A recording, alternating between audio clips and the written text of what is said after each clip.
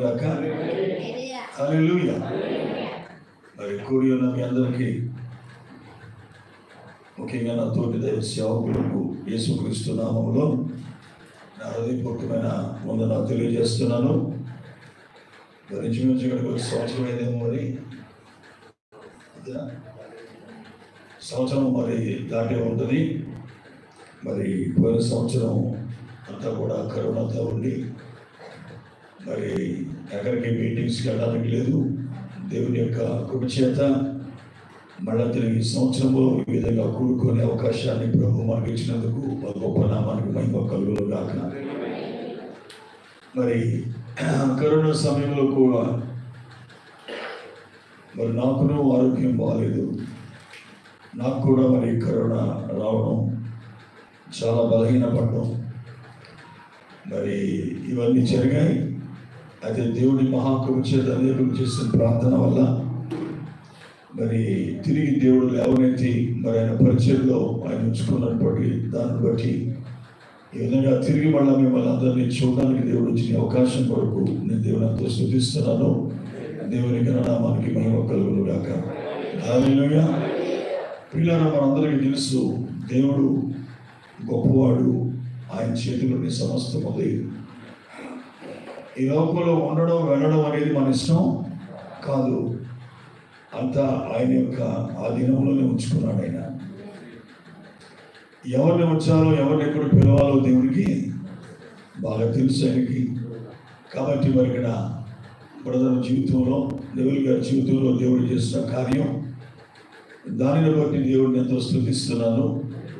పిల్లగా ఆ క్షణములు ఏమన్నా జరిగితే ఇంకా ఉండడం అనే చిత్తం కాకపోతే ఎవరిని చేసినా ఈ భూమి ఉండే అవకాశం లేదు. నిజంగా ఈ కరోనా కాలంలో అయితే లక్షల పట్టుకు తిరిగిన జనాలు హాస్పిటల్కి, చేతుల్లో లక్షలు ఉండేవి, హాస్పిటల్లో జాయిన్ చేసుకునేవారు కాదు. ఆ విధంగానే చాలామంది చనిపోయారు. కోటీశ్వరులు అందరూ చచ్చిపోయారు. ఒక విధంగా పేదోళ్ళని చంపడానికి చేసిన ప్లాన్ ఇది.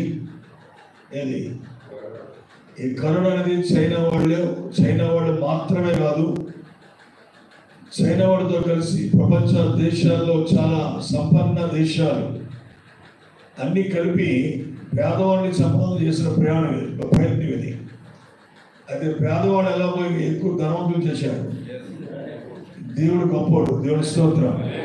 కాబట్టి చాలా పెద్ద పెద్ద కోటీశ్వరులు చెప్పారు పిల్లలు. ఎందుకంటే డబ్బు చేతిలో లేదు మన జీవితం, మనల్ని కంట్రోల్ చేయగలిగేది ఈ లోకంలో ఏమీ లేదు, కేవలం దేవుడు మాత్రమే. దేవుడు ఎప్పుడు కూడా సమస్తాన్ని కూడా ఆయన కంట్రోల్లో ఉంచుకున్నాడు ఆయన. అందుకే నీ ప్రాణములు, నీ సకల మార్గములు ఎవరి చేతిలో ఉన్నావో లేక ఎవరి ఆధీనంలో ఉన్నావో నువ్వు ఆయనకి భయపడలేదు అంటాడు. అలాగే ఈ రోజున కూడా దేవునికి భయపడటం గొప్ప కృప.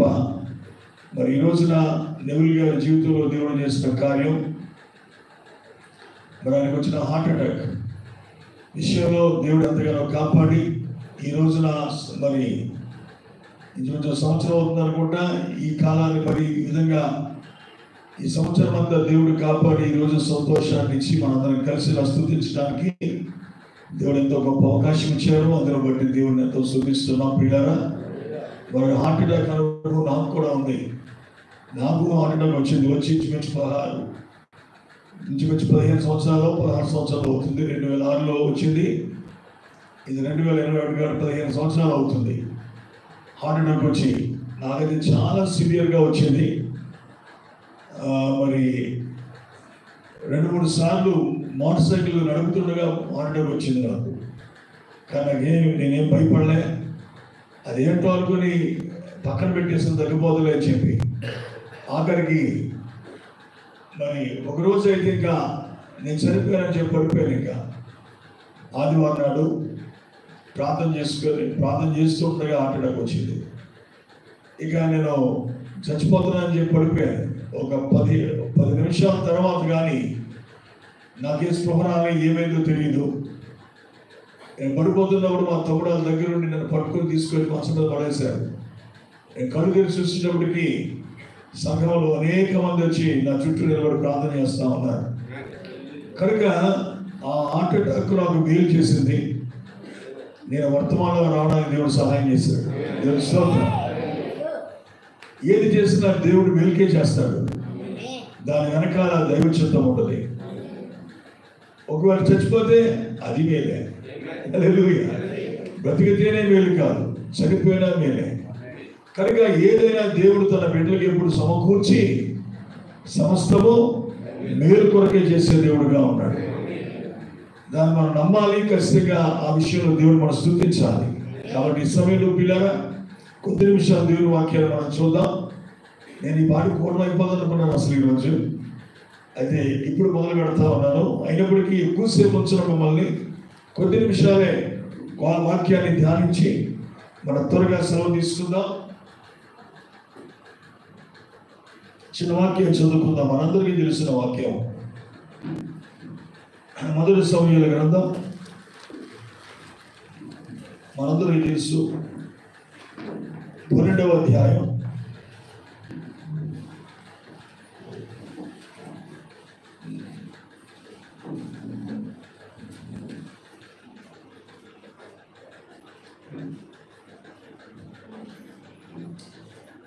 24వ వచనం. ఆయన మీ కొరకు ఎన్ని గొప్ప కార్యములు చేసినో అది మీరు తలంచుకుని మీరు యెహోవా యందు భయభక్తులు కలిగి నిష్కపటులై పూర్ణ హృదయముతో ఆయనను సేవించుట ఆవశ్యకము. మరొక మాట చదువుదాం. ఎఫ్సీలకు రాసిన పత్రిక 5వ అధ్యాయం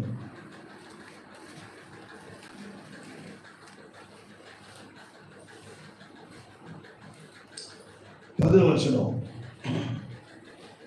గనుక ప్రభువుకి ఏది ప్రీతికరమనేదో దాన్ని పరీక్షించు, వెలుగు సంబంధాల వల్ల నడుచుకోనని 15వ వచనం చదువుతున్నా. దినములు చెడ్డవు కనుక మీరు సమయంలో పోనీయక సద్వినియోగం చేసుకోవచ్చు. అజ్ఞానుల వల్లే కాక జ్ఞానుల వల్ల నడుచుకున్నట్లు జాగ్రత్తగా చూచుకొనుడి. ఇంటి నిమిత్తం మీరు అవివేకులు కాక ప్రభు యొక్క చిత్తం ఏమిటో గ్రహించుకొనుడి. దేవుడు ఈ వాక్యం మన కొరకు దీవించునుగాక. ప్రార్థన చేసుకుందాం. అత్యంత ప్రేమగల దేవుడా, మహోన్నతుడా, సర్వోన్నతుడా, సర్వశక్తి గల తండ్రి, నీ పరిశుద్ధ నామానికి వేలాది స్తుతులు ప్రభా, స్తోత్రాలు తండ్రి. చాలా దినాల తర్వాత మళ్ళా నీ నామాన్ని బట్టి ఈ యొక్క సీతారాంపురం ఈ యొక్క సంఘములో ఈ విధంగా కూడుకోవడానికి ఇచ్చిన అవకాశం బట్టి స్తోత్రాలు. మా సహోదరుడు నీకు ప్రియుడునైన నెవిల్ గారి జీవితంలో మీరు చేసిన కార్యాన్ని బట్టి ఆయనకు వచ్చిన హార్ట్ అటాక్లు ఎంతో తోడుగా ఉండి సజీవునిగా భూమి మీద ఉంచి ఈ రోజు నీ నామాన్ని బట్టి స్తుతించి కనపరచుకోవడానికి మీరు అనుగ్రహించిన అవకాశం కొరకే స్తోత్రాలు. ఈ కూడికలో తీసుకొచ్చిన బిడ్డలను బట్టి నీకు స్తుతులు అర్పిస్తున్నాను. ఎంతో నడిపించిన దానిని బట్టి నీకు స్తోత్రాలు. మాకు ఇచ్చిన కృప కొరకు స్తోత్రాలు.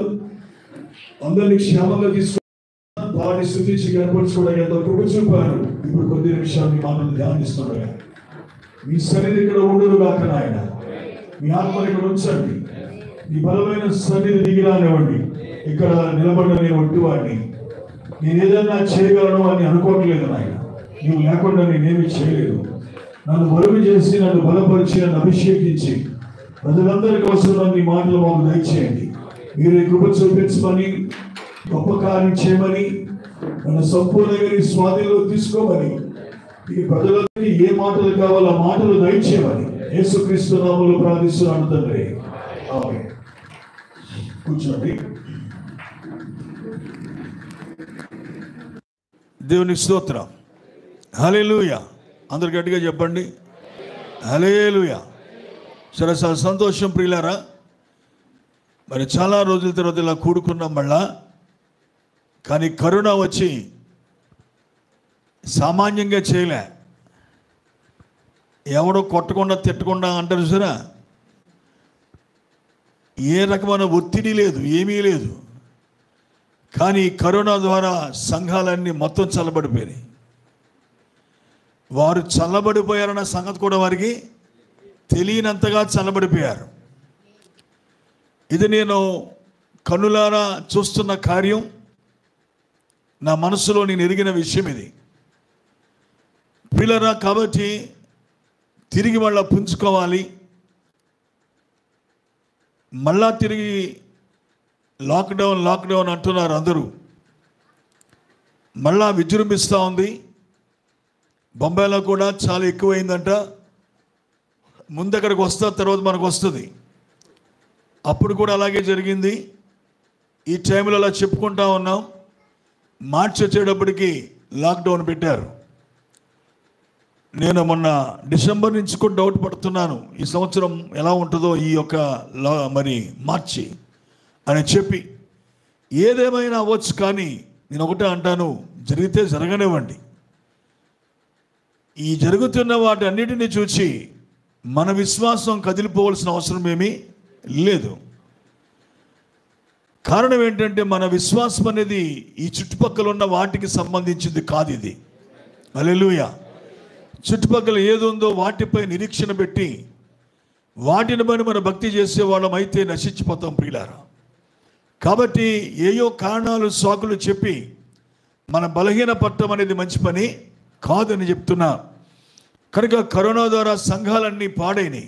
నేను చెప్తున్నా, ఈ రోజున ఇప్పటిదాకా సంఘాన్ని మళ్ళీ ఒక మంచి స్థితిలో తీసుకురావడం నా వల్ల కాలే.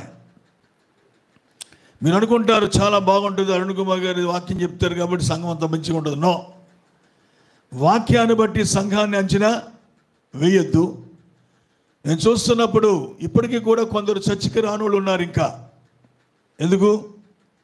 ఇంకా కరోనా వస్తుందని చెప్పి కొంతమంది అయితే ఆన్లైన్కి అలవాటు పడిపోయి ఏ గొడవ లేదు, ఇంకా చర్చికి కూడా వెళ్ళక్కర్లేదు, బస్సులు ఛార్జీలు కూడా పెట్టుకోక్కర్లేదని చెప్పి ఆన్లైన్ ఇంట్లోనే కూర్చొని ఆన్లైన్ చూద్దాం అనుకునేవాళ్ళు. సంఘం ముందు ఎలా ఉందో ఆ స్థాయిలోకి రావడానికి ఇంకా సాధ్యపడలే. పిల్లరా, ఎన్ని ఆలోచన చేస్తుంటుంటే ప్రవక్త చెప్పిన మాటలు అక్షరాలు నిజం అనిపిస్తూ ఉంటుంది. ఏంటంటే 10 లక్షల్లో ఒకరు, అంతే. సామాన్యం కాదు అది.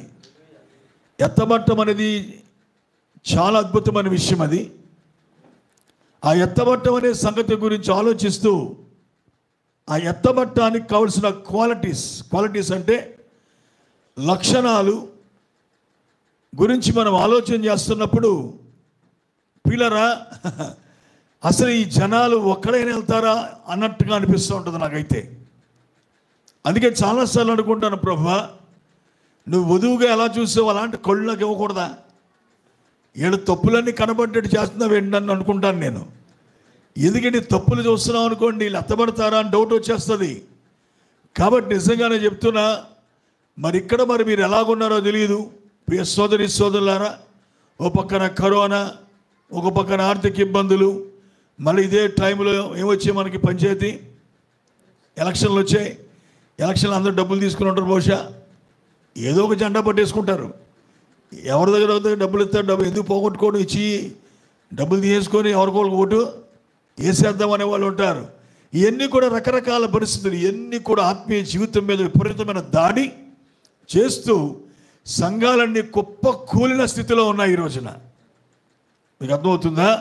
సరైన పరిస్థితులు లేవు. కానీ ఇదే టైంలో ప్రభు వస్తాడు. ఇది మాత్రం నిజం. మీరు సిద్ధంగా ఉండకపోవడం ఆయన తప్పు కాదు. అది మీరు అనుకోని గడియలో నేను వస్తానని ముందే చెప్పాడు ఆయన. అర్ధరాత్రి వేళ దొంగ ఎలాగొస్తాడో అలాగే వస్తాడని చెప్పాడు. కాబట్టి ఆయన రావడం అనేది అక్షర సత్యం. ఇదే టైంలో జరుగుతుంది. మీరు ఈ మధ్యకాలంలో వినుంటారు చాలా విషయాలు. నేను కూడా ఆన్లైన్లో చెప్పాను కొన్ని విషయాలు. మీ పాస్టర్ గారు మీకు చెప్పే ఉంటారు. ప్రవక్త చెప్పిన ప్రవచనాలన్నీ కూడా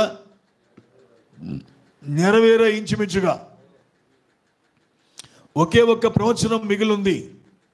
ఆ ప్రవచనం కూడా ఏదంటే అమెరికా యొక్క పతనము లేక నాశనం అనేది ఒకటి మాత్రమే మిగిలింది. అది సంఘం ఎత్తబడక జరుగుతుందో ఎత్తబడక ముందు జరుగుతుందో అనేది నాకైతే పూర్తిగా తెలియదు, కానీ అక్షరాల్లో జరుగుతుంది. హల్లెలూయా. అరమగిద్దోని యుద్ధంలోనే అది ఉంటుందా, లేదా ఆ దినాన్న ఆ యుద్ధానికి అది ఉండదా అని కూడా ఒక డౌట్. అరమగిద్దోని యుద్ధానికి కనుక అది లేకపోతే మనం ఉండగానే జరగవచ్చు. అది అరమగిద్దోని యుద్ధంలో ఒకవేళ అమెరికా ఉంటే ఖచ్చితంగా సంఘం ఎత్తబడిపోద్ది అప్పటికే. దీనిని బట్టి చూస్తే ప్రవక్త చెప్పినవన్నీ కూడా జరిగిపోయినాయి. కనుక 2 రకాల విషయాలు మనం చూస్తున్నాం. అటు ఆయన ప్రవక్త అని రుజువైంది. హల్లెలూయా. ఆయన 100% ఈ కాలానికి దేవుని చేత పంపబడిన అభిషేకించబడిన గొప్ప ప్రవక్త. అదే సమయంలో రెండోది ఏంటంటే సమయం ఇక అయిపోయింది. సంఘం ఎత్తబడడానికి సమయం అయింది. కాబట్టి ప్రియులారా, మెళుకు కలిగి ఉండండి. నీ భక్తికి నీ పతనానికి ఎవరినో కానుకలుగా నువ్వు మాట్లాడొద్దు, ఎవరినో తప్పు పట్టొద్దు. నీ భక్తి నీది, నీ విశ్వాసము నీది. నువ్వు దేవుని వైపు మాత్రమే చూడాలి. మనుషులు కూలిపోవచ్చు, అనేకులు పడిపోవచ్చు, అనేకులు బలహీనలవ్వచ్చు, సంఘ కాపర్లు కూడా కుప్పకూలిపోవచ్చు, సంఘ కాపర్లు కూడా ఒత్తిడి భరించలేక రాజీ పడిపోవచ్చు. నిజం. అయితే వారు కాదు మన మాదిరి. మన మాదిరి ఇప్పుడు యేసుక్రీస్తు అయి ఉన్నాడు. హల్లెలూయా. మనం ఆయన్నే చూడాలి, ఆయన చూసే నడవాలి. నేను మొన్న పెళ్ళికి కాదు, ఒక కార్యక్రమానికి, ఎంగేజ్మెంట్ కార్యక్రమానికి వెళ్ళాను. వెళ్ళేటప్పటికి సీనియర్ పాస్టర్, వర్తమానంలో చాలా సీనియర్. అలాంటిది అక్కడ కార్యక్రమం అంతా చూసా, బొరపాడైపోయింది నాకు. ప్రభువా, ఎప్పటి నుంచో వర్తమానంలో ఉన్న వీళ్ళే ఇలా చేస్తుంటుంటే ఏంటి పరిస్థితి? అప్పుడు అనుకున్నాను, నేను చివరిదాకా నిలబడతానా? ఒత్తిడి పెరిగిపోతూ ఉంది. పెళ్ళిళ్ళ దగ్గర రాజీ పడుతున్నారు, సంఘస్థులు రాజీ పడుతూ రకరకాలుగా చేస్తున్నప్పుడు పాస్టర్లు వాళ్ళతో ఏకీపించబోతే సంఘస్థులందరూ ఒత్తిడి తీసుకొస్తారు. ఇలా ఎంతకాలం చేస్తారు పాస్టర్ గారు, ఎవరికి పెళ్ళిళ్ళు రావట్లేదు, చాలా కష్టంగా ఉంది, వర్తమానము వాక్యము ఇలా చేయకూడదు అలా చేయకూడదు అంటే ఎట్ట కుదురుతుంది అని చెప్పి అవసరమైతే డీకన్స్ కూడా నాకు సలహా చెప్పి నన్ను ఎలాగో అలా అని ఒత్తిడి చేస్తారే. ఆ టైంలో ఏంటి నా పరిస్థితి అని ఆలోచనలో పడ్డా నేను. కాబట్టి నేను చెప్తున్నాను ప్రియులారా, నేను ఒక తీర్మానం చేసుకున్నా, సంఘం ఉండినా పోయినా నాకు అనవసరం, నేను పట్టించుకోను దాన్ని. కారణం, నా దగ్గరికి వచ్చే వాళ్ళకి యథార్థంగా వాక్యం చెప్పడం నా బాధ్యత, రాజీ పడకుండా చెప్పడం నా బాధ్యత. ఉన్నది ఉన్నట్టుగా వారు ఉంటారా వెళతారా వాడిది బాధ్యత. ఏమంటారు? వింటున్నారా? ఉంటారా వెళతారా ఆడది బాధ్యత. దేవుని స్తోత్రం. కానీ నేను కరెక్ట్గా చెప్తున్నానా లేదా అనేది నా బాధ్యత. కనుక నేను ఆ విషయంలో రాజీ పడను నాయన, నేను మాత్రం నిలబడతాను ఖచ్చితంగా. నువ్వు నాకు సహాయం చేయి, నన్ను జారిపోకుండా నన్ను ఎప్పుడు కూడా కాపాడు ప్రభువా. నేను ప్రార్థన చేస్తా, సంఘానికి కూడా చెప్తా, మీకు ఎప్పుడు మంచి చెప్పే సేవకుడిగా నన్ను ఉంచుకోండి. మీకు యథార్థంగా మాట్లాడి మీకు మేలుగా ఉండే సేవకుడిగా నేను ఉండాలని నా కోసం మీరు ప్రార్థన చెయ్యండి అని కోరుతాను సంఘాన్ని. దేవుని స్తోత్రం. సంఘం ఎప్పుడు పాస్టర్ గారు కరెక్ట్గా ఉండి, ప్రభువా మాకు ఎప్పుడు యథార్థం చెప్పాలి, ఆయన వాక్యం ద్వారా మేము బలపడాలి, మేము ఆత్మలో ముందుకు సాగాలని చెప్పి సేవకుడి కోసం ప్రార్థన చేసేదిగా సంఘం ఉండాలి. అంతేగాని మేము ఆటలాడితే ఆ ఆటలకి మాకు చప్పట్లు కొట్టి మేము ఏం చేసిన మమ్మల్ని ఏం అనకుండా ఆయన మా పాస్టర్ గారు ఎప్పుడు చూసి చూడనట్టుగా గుడ్డోళ్ళలాగా ఉండాలి అని కనుక మీరు ప్రార్థన చేస్తే మీకు నాశనమే, ఆయనకి నాశనమే. అది అర్థమైందా? సంఘం ఎప్పుడు సరైన వాక్యం బోధించే కాపరిని కోరుకోవాలి. సరైన వాక్యం బోధించే కాపరి పక్షంగా నిలబడటానికి ఇష్టపడాలి. ఎప్పుడు సంఘము కాపరి కోసం ఎత్తుపట్టుకొని ప్రార్థన చేయాలి. మీకు అర్థమవుతుందా? ఇట్లాంటి విషయాలు మీరందరూ బాగా అర్థం చేసుకోవాలని ప్రేమతో చెప్తున్నాను పిల్లారా. మంచిది. ఈ సమయంలో నేను చెప్తున్న 2 మాటలు మీకు చెప్పి త్వరగా ముగిస్తాను. బాగా దీర్ఘ ప్రసంగం ఏం చేయాలండి, త్వరగా ముగించేస్తా. గుర్తుపెట్టుకోండి, కృతజ్ఞత కూటం. ఇది ఏ కూటం అండి? ఇది ఒక కృతజ్ఞత కూటం. కనుక దేవుడు ఇచ్చిన కృప. నిజంగా కొన్ని మాటలు మనం వింటే బైబిల్లో చాలా చక్కటి విషయాలు ఉన్నాయి. అన్నీ నేను చెప్పలేను, కానీ అక్కడక్కడ 1-2 విషయాలు చెప్పి నేను ముగిస్తా. చూడండి, దేవుడు మనల్ని స్వస్థపరచడం, మనకు మేలు చేయడం, అనేక కార్యాలు చేయడం, ఇవన్నీ మనం గమనిస్తున్నప్పుడు ఇది దేవుని కృప అని మనం గమనిస్తాం. పిల్లల, దేవుడు దేనిని ఊరకనే కాపాడు, దేనిని ఊరకనే ఉంచుకోడు. ఆయన యోహాను తీసుకోండి, బాప్తిసం ఇచ్చి యోహాను, అతడు వచ్చిన కారణం ఏంటంటే ఒక పర్పస్. ఏంటది? బాప్తిసం ఇచ్చి యోహాను యొక్క పర్పస్ ఏంటి, ఇలాగ ఉద్దేశం ఏంటంటే, ఆ జాతిగా ఉన్నాడు. కొన్ని మాటలు చెప్తా. అతని ఉద్దేశం ఏంటంటే క్రీస్తును లోకానికి పరిచయం చేయాలి. క్రీస్తును లోకానికి పరిచయం చేయడమే బాప్తిసం ఇచ్చే యోహాను యొక్క పని. దేవుడు నిజంగా పని చేయించుకున్నాడా యోహాను చేత అంటే అక్షరాలా చేయించుకున్నాడు. మీకు తెలుసా, యోహాను పరిచర్య వెరీ షార్ట్ పీరియడ్ మినిస్ట్రీ. చాలామంది సేవకులతో పోల్చుకుంటే యోహాను పరిచర్య వెరీ షార్ట్ పీరియడ్, చాలా చిన్న పరిచర్య. అంటే తక్కువ కాలం పరిచర్య, బట్ గ్రేట్ మినిస్ట్రీ. చాలా అద్భుతమైన గొప్ప పరిచర్య. ఎవరు చేయని గొప్ప కార్యం. ఫిజికల్గా, భౌతికంగా యేసుక్రీస్తుని లోకానికి పరిచయం చేశాడు. భౌతికంగా. దేవుని స్తోత్రం, హల్లెలూయా. ప్రియ సోదరి సోదరులారా, మీరు అర్థం చేసుకోండి చక్కగా 2 మాటలు. ఆ పరిచర్య అయిన తర్వాత మీరు గమనించండి, ఇక్కడ వచ్చాడు యేసుక్రీస్తు కన్నా 3 నెలల ముందు వచ్చాడు. అంతేనా? 3 months ముందు వచ్చాడు. వచ్చిన తర్వాత పరిచర్య చేస్తున్నాడు, బాప్తిసం ఇస్తూ ఉన్నాడు. ఎందుకు ఇస్తున్నాడు? అది కూడా ఒక ఉద్దేశం. ఏంటి ఆ ఉద్దేశం అంటే, బాప్తిసం ఇచ్చేటప్పుడు ఎవరి మీదకి దేవుని ఆత్మ పౌర రూపంలో దిగొస్తుందో ఆయనే మనిషి కుమారుడు లేక దేవుని కుమారుడు అని సాక్ష్యం ఇవ్వాలి. కాబట్టి అతనికి సూచన ఇవ్వబడింది. ఆ సూచనను గుర్తించడానికే బాప్తిసం ఇస్తున్నాడు. అయితే అలా జరుగుతున్న టైంలో యేసుప్రభు వచ్చాడు. ఇదంతా జరిగింది. యేసుక్రీస్తును పరిచయం చేశాడు. ఇదిగో లోక పాపాలు మోసుకొని పోయే దేవుని గొర్రె పిల్ల. దేవుని స్తోత్రం. మన ప్రవక్త చేసిన పని ఏంటి తెలుసా? యేసుక్రీస్తును ఫిజికల్గా పరిచయం చేశాడు. ఎవరు? బాప్తిసం ఇచ్చే యోహాను భౌతికంగా పరిచయం చేశాడు. కానీ మన ప్రవక్త ఒక పాపి జీవితంలో క్రీస్తు ఎలాగుంటాడో పరిచయం చేశాడు. దేవుని స్తోత్రం. దేవుడు ఒక పాపి యొక్క జీవితంలో, పాపము చేసిన ఒక మనిషి యొక్క జీవితంలో, ఆ జీవితాన్ని ఆయన కంట్రోల్లో తీసుకొని ఆ మనిషిలో దేవుడు తన్ను తాను ఎలా ప్రత్యక్షపరుచుకుంటాడో అనే దాన్ని, క్రీస్తును లేక మనిషి కుమారుని యొక్క ప్రత్యక్షత అంటే ఏంటో అనే దాన్ని మన ప్రవక్త లోకానికి పరిచయం చేశాడు. సరే, ఇక్కడ ఏం చెప్తున్నాను గమనించండి.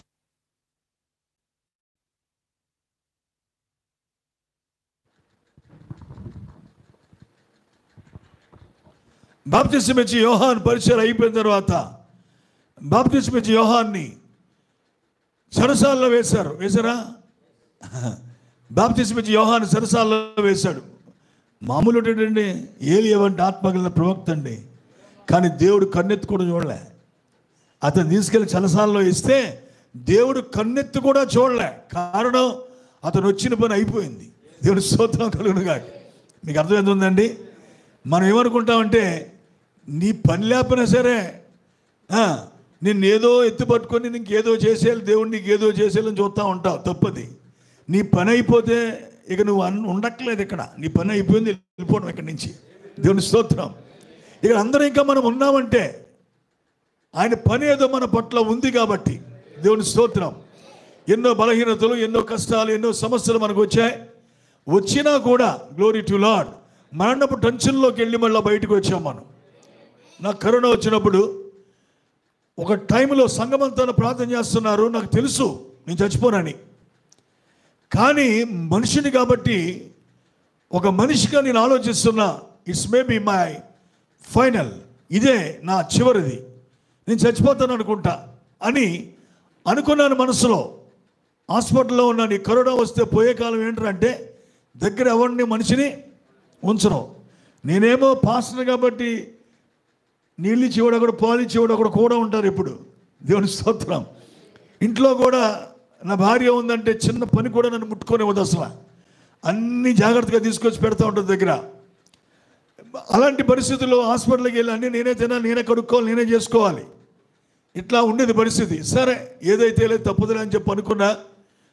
ఒకరోజు డాక్టర్ గారు వస్తే అన్నాను, సార్ దయచేసి నేను ఉన్నాను, ఎక్కడ నన్ను పంపించేయండి బయటకన్నా. సారీ సార్, ఏమనుకోకండి, ఇంజక్షన్ అయిపోయినట్టు పంపించేస్తాను అన్నాడు. ఇదేం కర్మ అండి ఇది, ఏంటిది ఇంత దారుణంగా ఇలా చేస్తున్నారు మీరు అంటే, ఈ గవర్నమెంట్ రూల్స్ అండి, మేము ఎలా చేయకపోతే కుదరదండి అని చెప్పి ఏదో చెప్పాడు అనుకోండి. సరే, నేనేమన్నానంటే, ఒకరోజు మాత్రం డౌట్ వచ్చింది నాకు. ప్రార్థన చేస్తానమాట. ఇంటికి వచ్చిన తర్వాత చాలా సీరియస్ అయింది. బీపీ చాలా విపరీతంగా ఉండేది, గ్యాస్ ట్రబుల్ విపరీతంగా ఉండేది. పిల్లలు ఇట్లాంటి పరిస్థితుల్లో ఈ బీపీ ఎక్కువైతే ఖచ్చితంగా ఏదో రోజున హార్ట్ ఫెయిల్ అయిపోతుంది, అయిపోతాను అనుకున్నాను నేను మనసులో ప్రార్థన చేశాను. ప్రభువా, నాకు ఇంకా పరిచర్య ఉంటే భూమి మీద ఉంచు. నా పరిచర్య లేదా, ఐఎమ్ వెరీ హ్యాపీ, నేను చాలా సంతోషంగా నీ దగ్గరికి వస్తాను. నేను నీ దగ్గర ఉండడం కన్నా నాకేం సంతోషం లేదు, కానీ ఇంకా పరిచర్య ఉండి నన్ను ఉంచాలనుకుంటే ఉంచు. నేను చేశాను ప్రార్థన దేవుడి దగ్గర. ఏమని చేశానంటే, నియర్లీ 35 years సేవ చేశాను ప్రభా. నేను నీ కృప చొప్పున 36వ సంవత్సరం నీ సేవకు వచ్చిన రోజు 36 సంవత్సరాలు పూర్తవుతుండగా, సరిగ్గా హాస్పిటల్లో ఉన్నాను నేను. ఆగస్టు 30వ తారీఖున హాస్పిటల్లో ఉన్నా. ఆగస్టు 30 నీ సేవకు వచ్చిన రోజు, ఆ రోజుకి 36 సంవత్సరాలు పూర్తవుతాయి. నేను ప్రార్థన చేశాను, ప్రభువా, స్టిల్ ఇప్పటికీ కూడా నా సంఘంలో ఒక సంతృప్తికరమైన పరిస్థితి నేను చూడలేదు. మా డీకన్స్ నాకు నచ్చినట్లేరు. తర్వాత సంఘము దాని స్థితిలో లేదు. ఒక విధంగా చెప్పాలంటే మై మినిస్ట్రీ వాజ్ ఫెయిల్డ్. నా సేవ విఫలమైంది అనుకుంటున్నాను నేను. నాకు మరొక అవకాశం ఇచ్చి నేను ఇంకా పరిచయం చేయడానికి, ఈ సంఘాన్ని దిద్దుకోవడానికి, ఈ సంఘాన్ని దాని స్థానంలో నేను పెట్టుకోవడానికి నన్ను వాడుకునే ఉద్దేశం నీకుంటే నాకు ఒక అవకాశం మళ్ళా చేయాల్సింది ఏదో చేసి నీ దగ్గరికి వచ్చేస్తాను నాయన. ఎక్కువ రోజులు కూడా వద్దు, నాకు కొంచెం కాలం చాలు, నాకు టైమి అని ప్రార్థన చేసి విడిచిపెట్టాను దేవునికి. సంఘం అయితే చాలా ఎక్కువ ప్రార్థన చేశారు. Not only the church, many pastors, 100ల కొద్ది పాస్టర్లు. ఒక పాస్టర్ కోసం అంతమంది పాస్టర్లు ప్రార్థన చేయడం చాలా వింత. అంతమంది చేయరు, కానీ దేవుడే వారిని ప్రేరేపించాడు. విదేశాల్లోంచి ప్రార్థన చేశారు, విదేశాల్లోంచి మెసేజ్లు పెట్టేవారు. లేదు దేవుడు నిన్ను మళ్ళీ తీసుకొచ్చి నేను బలంగా వాడుకోబోతున్నాడు. ఇది నీ మరణం కోసం రాలే, this is turning point, it is very hardest time in your life అని చెప్పారు. ఇది నీ జీవితంలో చాలా కష్టమైన టైం, ఇది నువ్వు బయటకు వస్తావు, మళ్ళీ దేవుడు నిన్ను వాడుకుంటాడని చెప్పి ఇలా కొంతమంది మెసేజ్లు పెట్టడం ఇలా జరిగింది ప్రియులారా. అయితే నేను చెప్పేది ఏంటంటే, దేవుడు పని ఇంకా ఉంటే ఆయన ఎవడు చంపలేడు. దేవుని స్తోత్రం, హల్లెలూయా. యోనాని చేప చూడండి, యోనా బయలుదేరుతున్నాడు దేవుని యొక్క చిత్తము నుంచి తప్పించుకొని పారిపోదామని. అతనికి ఆ పని చేయడం ఇష్టం లేక నీనివే వెళ్ళి నీనివేలో సువార్త చెప్పడం అతనికి ఇష్టం లేదు. ఎందుకు చేయలేదు తెలుసా? నేను వెళ్ళి సువార్త చత్తారు వీళ్ళందరూ కూడా. వీళ్ళ మీద దేవుని శాపం వచ్చేది కాబట్టి వీళ్ళ మీద శాపం వచ్చేయాలి, వీళ్ళు చావాలి, అది అతని ఉద్దేశం. మీకు అర్థమైందా? పాస్టర్లు అలా కూడా ఉన్నారు. దేవుని స్తోత్రం. వాళ్ళు చచ్చికి రాకపోతే శాపాలు ఎడతా ఉంటారు. మీరేం భయపడబోకండి, ఒక్క శాపం కూడా వాళ్ళతో తగలదు మనకి, మన వాక్యంలో కరెక్ట్గా ఉంటే. దేవుని స్తోత్రం, హల్లెలూయా. కాబట్టి ఇక్కడ అప్పుడు యోనా వేరే ఊరికి టికెట్ తీసుకొని ఏం చేస్తున్నాడు? నీని వెళ్ళవలసినాడు, తర్షీసిపోతున్నాడు. వాడు ఏమైంది మీకు అందరూ తెలుసు, తుఫాను వచ్చింది చెప్పేశాడు. ఎవరో నువ్వు అడ్రస్ చెప్తున్నావు చూసారా? నువ్వు ఎవరు అంటే అడ్రస్ ఏం చెప్తావు? ఆకాశానికి భూమికి ఈ సముద్రానికి ఎవరు దేవుడో ఆ దేవుడు సేవకుడిని. హల్లెలూయా, హల్లెలూయా. కనుక ఎవరైనా నిన్ను అడిగితే నువ్వు కూడా అడ్రస్ బాగా చెప్పాలి. నువ్వెవడో మా ఇంటి పేరు కప్ప పిల్లి సోది మొకమా అవి చెప్పకూడదు. నువ్వెవరో ఆకాశానికి భూమికి దేవుడైనా యేసుక్రీస్తు యొక్క కుమార్తెవని చెప్పగలగాలి. ఆ రోజుల్లో యోనాకి గోత్రం లేదా? ఇశ్రాయేలుడు కాదా? ఓ గోత్రం ఉందిగా, గోత్రం చెప్పాడా? ఆ ఇంటి పేరు చెప్పాడా? మనకి గజ్జి వదలదు. ఎంతకాలం భక్తి చేసినా ఆ గజ్జి మాత్రం పోదు. ఆ గజ్జి వస్తూ ఉంటుంది కూడా, గోక్కుంటా. ఈయన వచ్చాడంటే ఇలాంటివి చెప్తాడు. మరి నేను ఏం చెప్పడం? నా మైండ్ అంతా దానికి ట్యూన్ అయిపోయింది. మీకు తెలుసా, ఒక్కో సేవకుడిని దేవుడు ఒక్కో దగ్గర ట్యూన్ చేసి వదిలేస్తాడు. ఆడు ఎంత కాదనుకున్నా అది చెప్పకుండా ముగించినాడు. స్తోత్రం. మీకు తెలుసో లేదో, బండేమ్మ గారి జీవితంలో రండి, ఎప్పుడు చూసినా అద్భుతాలు గతించిపోయి అయ్యలేవు ఇయ్యలేమంటారు చాలామంది అని చెప్తూ డినామినేషన్ చెప్పకుండా ఉంటాడు ఆయన. చెప్పండి, దేవుడు అక్కడ ఆయన ట్యూన్ చేశాడు కనుక అవి చెప్పకుండా ముగించడు. ఆయన పరిచర్యే అది. ఇంకో విషయం చెప్తా, నా పరిచర్య కూడా ఏంటి తెలుసా? బాగా అన్యుల్ని దేవుల్లో తీసుకురావడం నా పరిచర్య కాదు. మీకు అర్థమైందా? బాగా అన్యుల్ని తీసుకురావడం. అయితే అన్యుల దగ్గర కూడా సువార్త చెప్పాను నేను చాలామంది వాక్యం తెలుసుకున్నారు, వచ్చారు. అది నా మెయిన్ పరిచర్య కాదు. నా మెయిన్ పరిచర్య ఏంటి తెలుసా? నామకార్థ క్రైస్తవులుగా ఉన్న వాళ్ళ యొక్క వంకర్లను బయట పెట్టడమే నా పరిచర్య. ఇప్పుడు నా పరిచర్య ఏంటంటే వర్తమానంలో ఉండి పిచ్చ పిచ్చ ఆశాలు వేసే వాళ్ళని తిట్టడం ఇప్పుడు నా పరిచర్య. దేవుడు నన్ను మూడోసారి ఎందుకు లేపాడు అంటే కేవలం దాని గురించే. ఖచ్చితంగా చెప్తున్నాను. ఈ రోజున చాలా విషయాలు చూస్తున్నాను. నేను వర్తమానంలో ఉండి వర్తమానానికి కళంకం తెచ్చే పనులు చేస్తున్నారు చాలామంది. వర్తమానంలో ఉండి వర్తమానం అంటే ఏంటో తెలియని ఒకలాంటి పనికిమాల జీవితం జీవిస్తూ ఉన్నారు. ఇది చాలా విచారకరమైన పరిస్థితి పిల్లలు ఇది. కాబట్టి చెప్తాను అసలు ఈ రోజున నేను చెప్పేది చూసారా, ఇప్పుడు వచ్చి వాక్యంలో రాలేదు, ఇంకా టైం అయిపోయించాలా. అయినా సరే 10 కల్లా ముగించేస్తాను కరెక్ట్గా. ఇంకో 45 మినిట్స్ 50 మినిట్స్ చెప్తాను, ముగించేస్తాను. దేవుని స్తోత్రం. బాగా వినండి విషయాన్ని ప్రియులారా. కనుక యోనా నీనెవె వెళ్ళాలి, సువార్త చెప్పాలి. అతని సువార్త ద్వారా నీనెవె పట్టణం మారాలి. అది దేవుని సంకల్పం. దేవుని స్తోత్రం. యోనాను సముద్రంలో దోసేసిన చావడం ఏంటి పని ఉంది అతనికి. హల్లెలూయా. దేవుని పని ఉంది. ఆ పని కనుక ముగించకుండా అతను వెళితే hallelujah, that is the failure of God. అది దేవుని యొక్క ఓటమది. దేవుడు ఎందుకు ఓడిపోతాడు అనే చేతకానుడా? హల్లెలూయా. దేవుడు ఓడిపోడు. అందుకే ఏలియా వెళ్ళిపోతానని వెళ్ళిపోయాడు పని చేయకుండా. అంటున్నారా? ఏలియా బాబాయ్ నేను ఉండను, ఇంకా వీళ్ళందరికంటే గొప్పవాడిని ఏంటంటే నన్ను తీసేసుకో ప్రభా అన్నాడు. చెయ్యాల్సిన 2 పనులు ఉన్నాయి, చేయలేదు. చేయకుండా డ్రర్ అని వెళ్ళిపోయాడు. ఎక్కడికి? దేవుని దగ్గరికి వెళ్ళిపోయాడు. మరణం చూడకుండానే అగ్ని గుర్రాల రథాలు వచ్చి వెళ్ళిపోయాడు. చచ్చినట్టు మళ్ళీ వస్తున్నాడు ఇప్పుడు. హల్లెలూయా. మళ్ళా వస్తున్నాడు. భూమి మీద ఉండగా ఏ పని చేయాలో ఆ పని చేయించుకోవడానికి దేవుడు మళ్ళా ఏలియాని తీసుకొస్తున్నాడు భూమి మీదకి. హల్లెలూయా. గ్రహిస్తున్నారా? దేవుడి చేతిలోంచి తప్పించుకోవడం ఎవరి వల్ల కాదు. నేను అదే అనుకునేవాడు, నేను చచ్చిపోతే ప్రభువా ఒకవేళ సమాధిలో పెట్టేసినా కూడా, ఎందుకు ఆ మాట నాకు నేను అనుకుంటున్నానంటే మనసులో అనుకున్నానంటే, నాకు చాలా రోజులుగా ఒక ఆశ ఏంటంటే ఒక్కసారి పరలోకం వెళ్ళి రావాలని. కొంచెంసేపు అన్నా దేవుని దగ్గరికి వెళ్ళి నా ఆశ, నా కోరిక ఏంటంటే నేను చేసే సేవ కరెక్టా కాదా అని దేవుణ్ణి అడగాలి.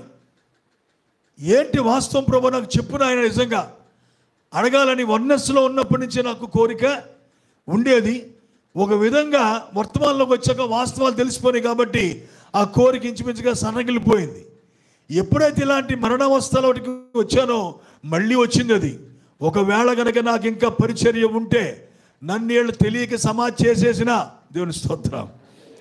వీళ్ళందరూ వెళ్ళిపోయాక మళ్ళీ దేవుడు పైకి లేపి సమాధిలోంచి బయటకు వచ్చేస్తాను నేను. దేవుడిని అక్కడ ఉంచడం కారణం దేవుడు తను ఏర్పాటు చేసుకున్న ఆ మనిషి ద్వారా ఆయన పని ముగించే వరకు, గ్లోరీ టు లార్డ్, ఎన్నడూ దేవుడు ఆ మనిషిని విడిచిపెట్టాడు. అవసరమైతే చచ్చిపోయిన తిరిగి లేపి మళ్ళా ఆ పని చేయించుకుంటాడు ఆయన. Glory to lord. గ్లోరీ. మోషేని చూడండి. మోషే కానాను వెళ్ళాలి, ఇశ్రాయేలుని తీసుకెళ్ళాలి, కానీ పొరపాటు చేశాడు. యోర్దాను యువతలే చనిపోయాడు.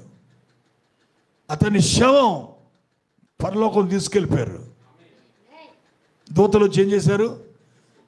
తీసుకెళ్ళిపోయారు. మిఖాయేలు తీసుకుపోతుంటుంటే ఈడు వచ్చాడు సోంబేరిగాడు. ఎవరు? లూసిఫర్ వచ్చి తీసుకెళ్ళిపోతున్నావేంటి, నా అండర్లో ఉన్నాడు కదా అవును. అప్పుడు అందరూ ఆడండర్లో ఉండేవారు. ఎందుకు? ఇంకా యేసు రక్తం చిందించబడలేదు కాబట్టి. నువ్వు తీసుకెళ్తున్నావేంటి, కుదరదు తీసుకెళ్ళడానికి అన్నాడు. అప్పుడు మిఖాయేలు దేవుడిని గద్దించు కాకరా అని చెప్పి తీసుకెళ్ళిపోయాడు మోషే శరీరాన్ని. అందుకే ఇప్పుడు దాకా మోషే సమాధి ఎక్కడుంది ఎవరికి తెలియదండి. మీరు అర్థమవుతుందని చెప్పేది. ఎందుకు మోషే తీసుకెళ్ళాడు? మోషేకి ఇంకా పని ఉంది. దేవుని స్తోత్రం. మోషే ఇప్పుడు వస్తాడు. మళ్ళా ఎక్కడికి వస్తాడు? ఏ కానాని వెళ్ళలేకపోయాడో ఆ కానాని వెళ్ళి ఆ కానానులో 3.5 సంవత్సరాలు మోషే ఏలియాలు ఇద్దరు ఏం చేస్తారు? ఇశ్రాయేలుకు సువార్త అనబడే బోర్ల పండగ చేస్తారు వాళ్ళు. హల్లెలూయా, హల్లెలూయా. ఆ బోర్ల పండగ వాడి ద్వారానే జరుగుతుంది. ఇశ్రాయేల్ని సమకూరుస్తారు వాళ్ళు. కనుక వారు వచ్చి ఏం చేయాలది మళ్ళా చేయాలి, మళ్ళా భూమి మీద వారు చనిపోవాలి, వాళ్ళ శవాలు మళ్ళా పునరుత్థానం చెంది పైకి వెళ్ళాలి. చూడండి దేవుని ప్రణాళిక ఎంత గొప్పదో. నీ పని అయిపోయాక, నీ పని భూమి మీద ముగించబడిన తర్వాత గడ్డి పరక్కన్న విలువ ఉంటుంది, కానీ నీకు ఉండదు. ఇంకా ఇక్కడ నువ్వు ఉండాల్సిన మనిషి ఇంకా కాదు, నువ్వు వెళ్ళిపోవాల్సింది ఇక్కడి నుంచి.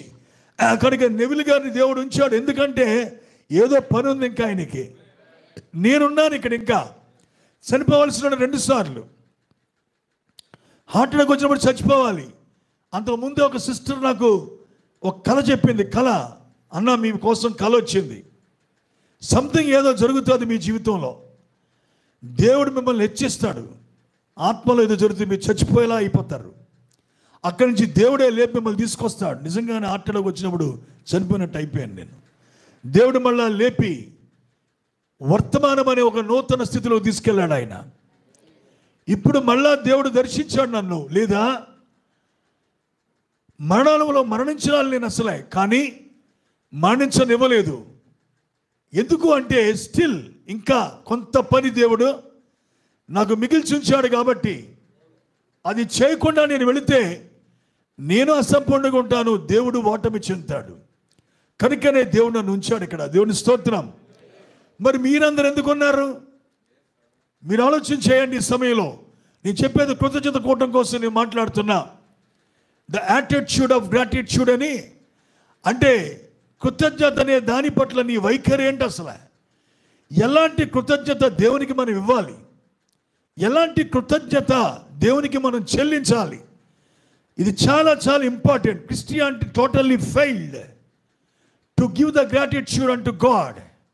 దేవునికి కృతజ్ఞత చెల్లించడంలో క్రైస్తవ్యం పూర్తిగా ఫెయిల్ అయింది.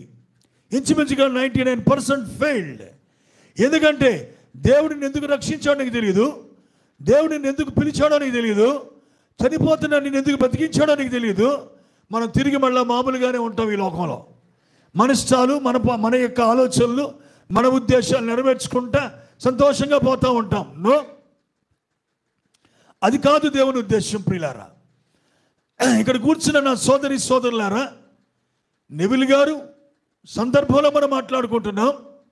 బట్ ఇది ఆయన ఒక్కరికే కాదు, నీకు నాకు కూడా, మనందరికి ఇలాంటి మేలు దేవుడు చేయలేదా? ఎన్నో రకాల మేలు చేస్తాడు దేవుడు. నేనైతే ఎన్నో యాక్సిడెంట్లు తప్పించబడ్డా, చచ్చిపోసిన బతికాను. ఇంచుమించు 4-5 సార్లు మరణం నన్ను వెంటాడింది, కానీ దేవుడు చచ్చిపోనివ్వలే. కారణం ఆయన యొక్క కృప. 2 సార్లు నీటికి అన్నాలు, 2 సార్లు యాక్సిడెంట్లు.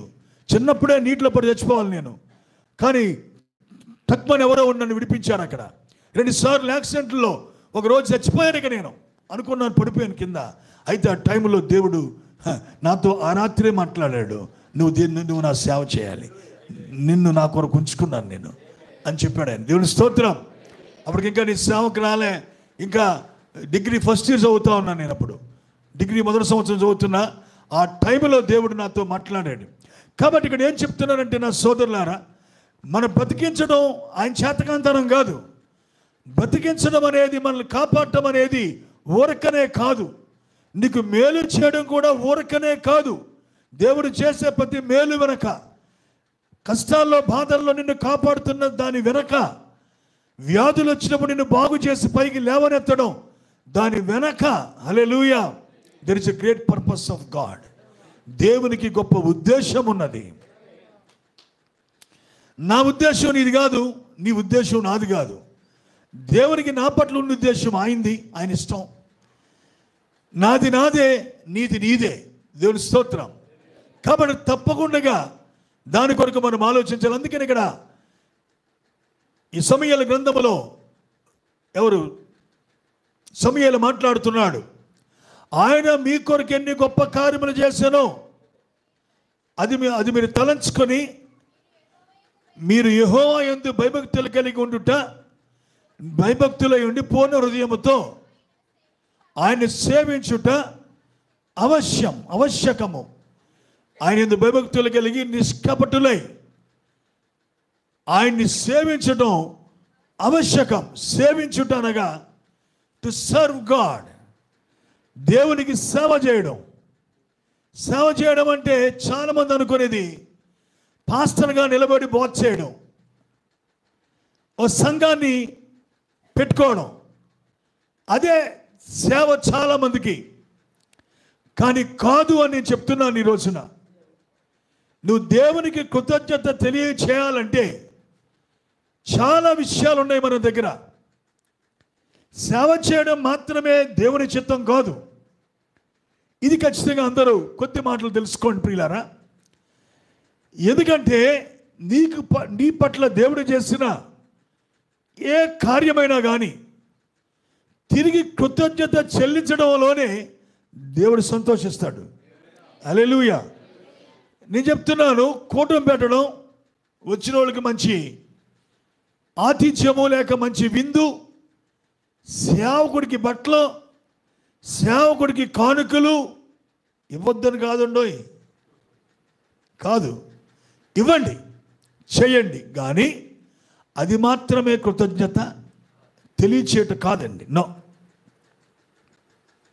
ఇది కూడా ఒక ఆచారం. ఏమంటారు? ఇలాగూ చేయటం ఒక ఆచారం ఇది.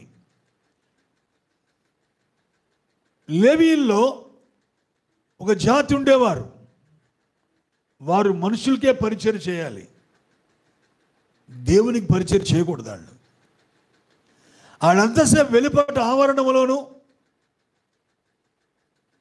అక్కడ మాత్రమే వారు తిరగాలి తప్ప పరిశుద్ధ స్థలములోకి కానీ అతి పరిశుద్ధ స్థలములోకి కానీ రావడానికి లేదు వాళ్ళకి.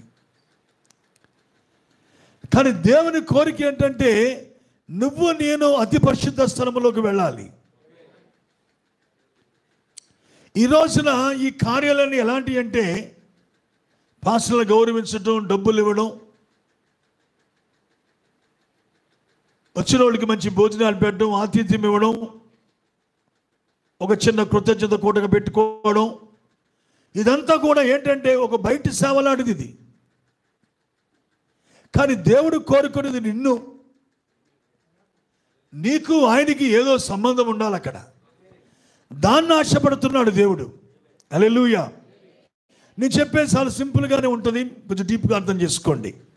ఏంటంటే దేవుడు నువ్వు ఉన్న ఈ స్థితిలో ఈ రకమైనటువంటి విధానాన్ని, ఉద్దేశాన్ని, జీవితాన్ని ఆశపట్టలేదు దేవుడు.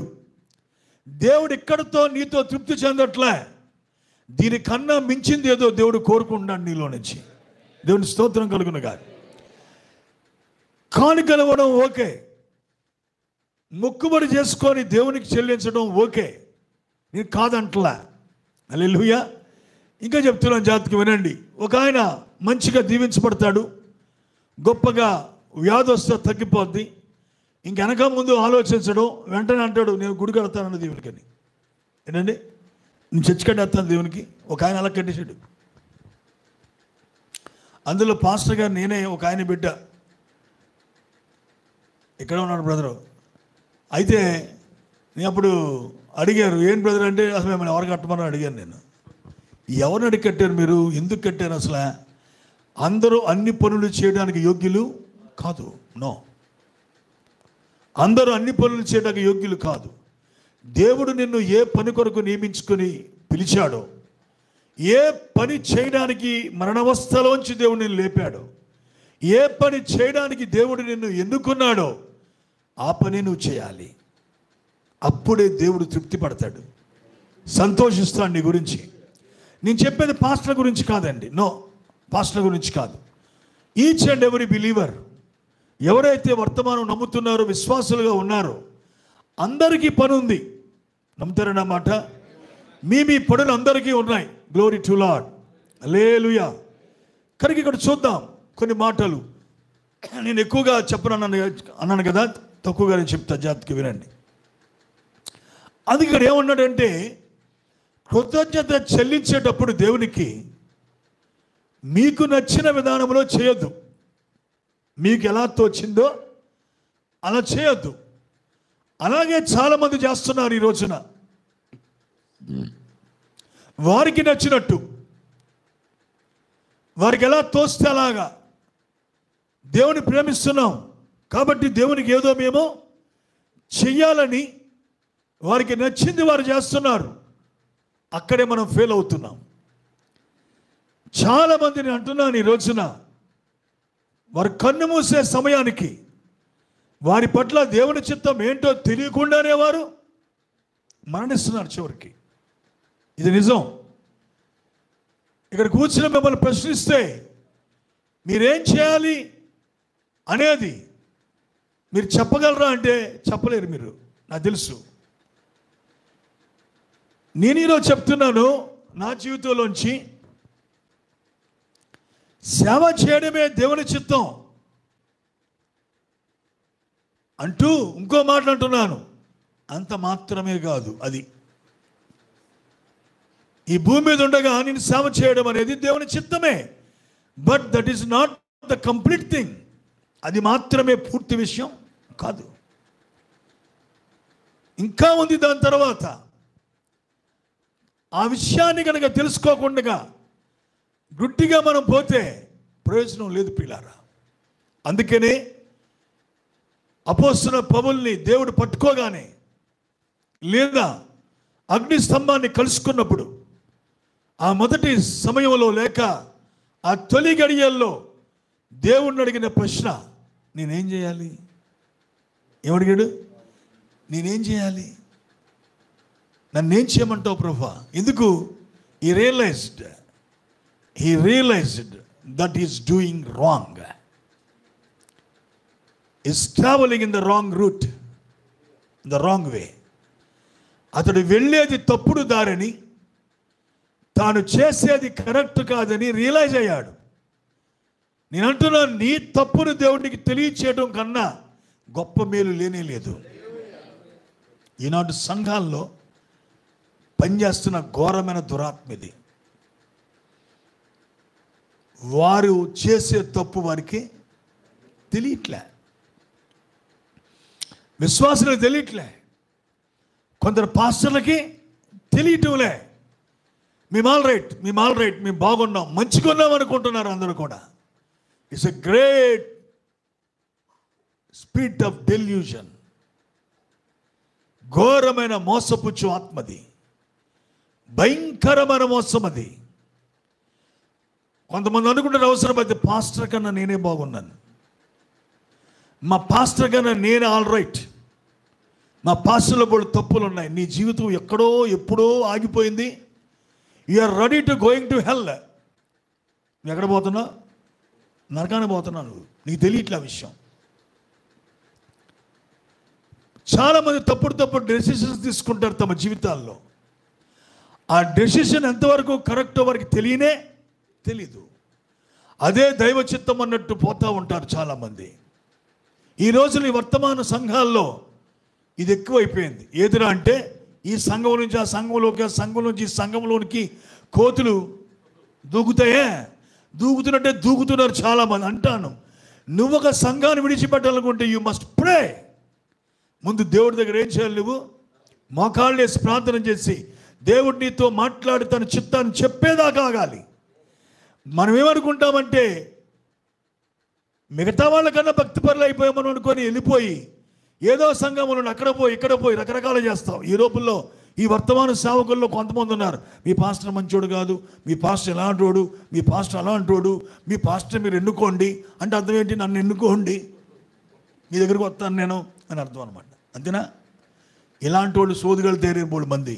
ఈ రోజున వర్తమానంలో సేవ ఏంటంటే కొత్త వాళ్ళు తీసుకురావడం కాదు, ఎవడో పెట్టిన గుడ్లను పొదగడమే. ఏంటండి, ఇంకో పాస్ గారు పెట్టిన గుడ్లు ఉంటాయి, ఆ గుడ్లని వీళ్ళు పొదుగుతూ ఉంటారు. ఎవరు? ఈ సేవకులు పొదిగి అవన్నీ నా గుడ్లే అంటారు. ఇది కాదని చెప్తున్నాను పిల్లారా.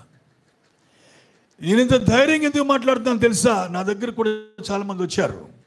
ఏ ఒక్కరి నా నోటుతో మీరు మా సంఘాన్ని రండి అన్న మాట ఈ రోజు దాకా నేను మాట్లాడలేదు ఎవరి దగ్గర. మీరు వెళ్ళండి, దేవుని దగ్గరికి వెళ్ళి ప్రార్థన చేయండి, మీ పాస్టర్తో కూర్చొని మాట్లాడండి. మీరు మీ పాస్టర్పై ఏ రకమైన విరోధం పెట్టుకొని బయటకు వచ్చినా మీరు ఎప్పటికీ దేవుని రాజ్యం వెళ్ళరు. మీ పాస్టర్తో మీకు విరోధం ఉండకూడదు. నీకు వాక్యం నచ్చకపోతే నచ్చట్లేదని చెప్పిరా వెళ్ళి, అది కూడా ప్రేమతో చెప్పు. అందరి మీద ఒకే అభిషేకము ఉండదు. అర్థమవుతుందా మీకు? కనుక దేవుడు ప్రేమ చేత అక్కడ బురదగుంటలో మనం రక్షించుకొని తీసుకొస్తే మన ఇక్కడికి వచ్చి పోళ్ళు అగస్టాలు చేస్తూ ఉంటాం. కరెక్టేనా? నేను చెప్పేది వాస్తవం కదా? నేను చెప్తున్నా చూడండి. ఒక మాట, ఒకవేళ ఇక్కడ ఇక్కడ ఉన్న కొంతమందికి ఒకవేళ ఈ మాటలు ఏమన్నా కొంచెం బాధ కలిగించగా నొప్పించగా ఉంటే కనుక దట్స్ నాట్ మీ, అది నేను కాదు. కారణం ఈ విషయాలు చెప్పడానికి నేను ఇక్కడికి రాలేదు. నేను చెప్తున్నానా, ఎప్పుడన్నా వచ్చాను అనుకోండి, ఆ కోణంలో కూర్చున్నప్పుడే కొన్ని మాటలు దేవుడిస్తాడు. ఒక మాట ఇస్తాడు, ఆ మాట పట్టుకొని నిలబడేదాకా కూడా నాకు లీడింగ్ రాదు, ఏం చెప్పాలో కూడా తెలియదు. దేవుడిచ్చిన ఒక్క మాట తీసుకొని నిలబడతాను, అక్కడి నుంచి దేవుడు రంగంలోకి వచ్చి మాట్లాడడం స్టార్ట్ చేస్తాను. కొందరు మొక్కలు బొమ్మిచేట్లు అయితే కొన్ని మొక్కలు పాంచేట్లు అయిపోతుంటాయి. నేనేం చేసేది దానికి? కొందరు నవ్వుతూ ఉంటారు, కొందరు ముఖం లాగెట్టేసుకుంటారు. నేనేమి చేయలేను దానికి. మీ ఎవరి జీవితాలు నాకు తెలియదు, ఎవరి కోసం నేను మాట్లాడను. అలా మాట్లాడితే వాక్యం మీలో పనిచేయదు. ఉద్దేశపూర్వకంగా నేను ఎవరి గురించి మాట్లాడకూడదు. దేవుడే మీతో మాట్లాడును గాక. హల్లెలూయా. రాక వచ్చాను, మళ్ళీ కరుణొత్తే మళ్ళీ ఇంకో సంవత్సరం పడుతుంది. కాబట్టి ఇదే మీకు నాకు ఆఖరి కూటమి ఉండొచ్చు.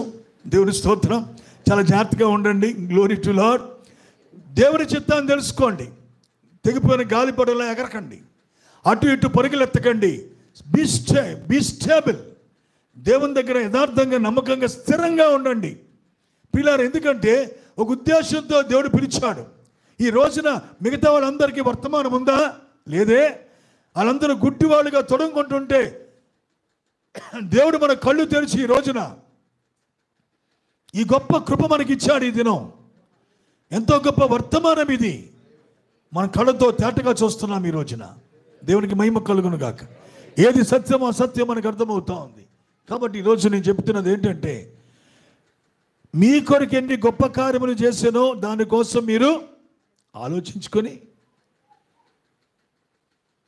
ఆయన భయభక్తులు గలవారే నిష్కపట్టులై ఉండి ఆయన్ని సేవించుట ఆవశ్యకం.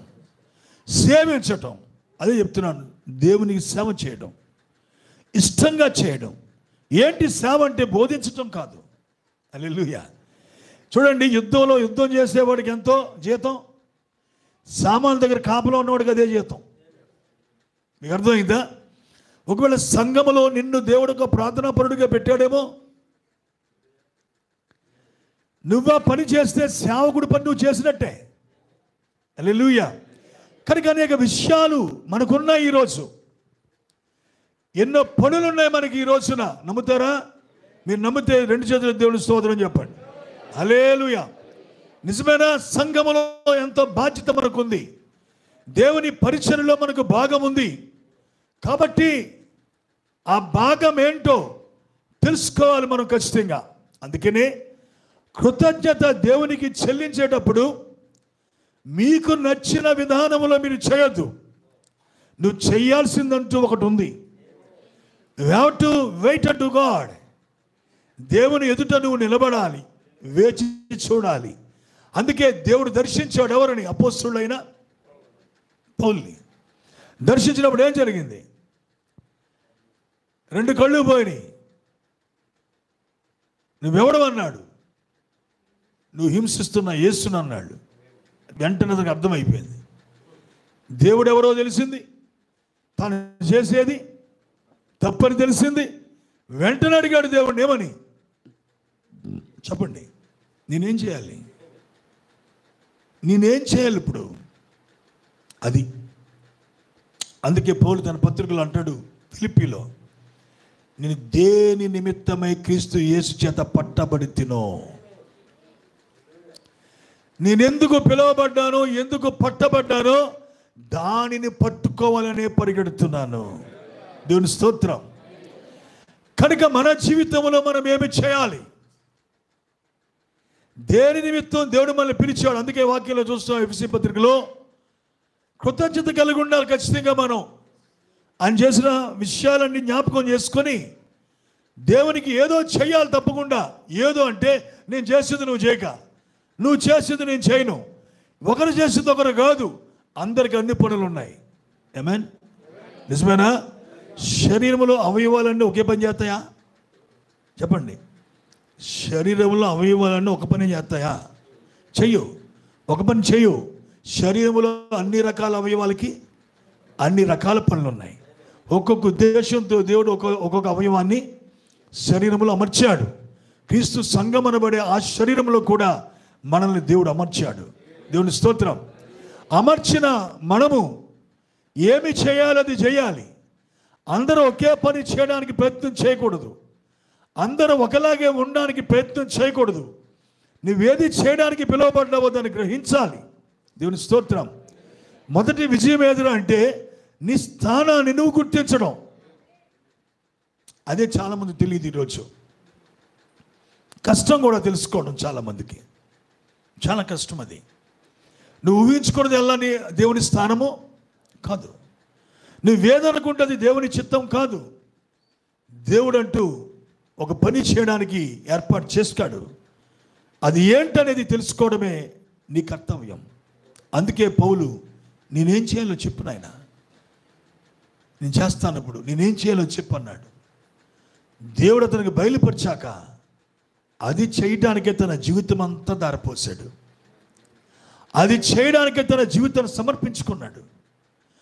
అది తప్ప అతనికి వేరొక లక్ష్యమే లేకుండా పోయింది.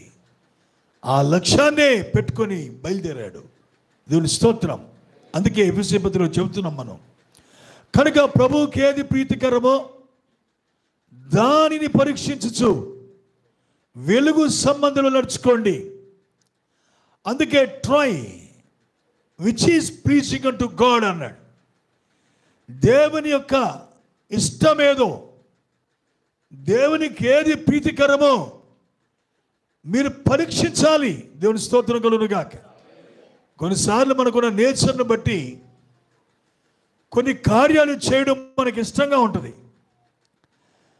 త్వరగా చేసేస్తాం. కానీ కొన్నిసార్లు హల్లెలూయా అది దేవునికి ఇష్టం అవుతాం. దాన్ని గుర్తించగలగాలి. ఒక మాట చెప్తా, ప్రవక్త చెప్పిన మాట ఇది స్పష్టంగా. నేను దేవుని ప్రేమిస్తున్నాను అన్నాడు ఆయన.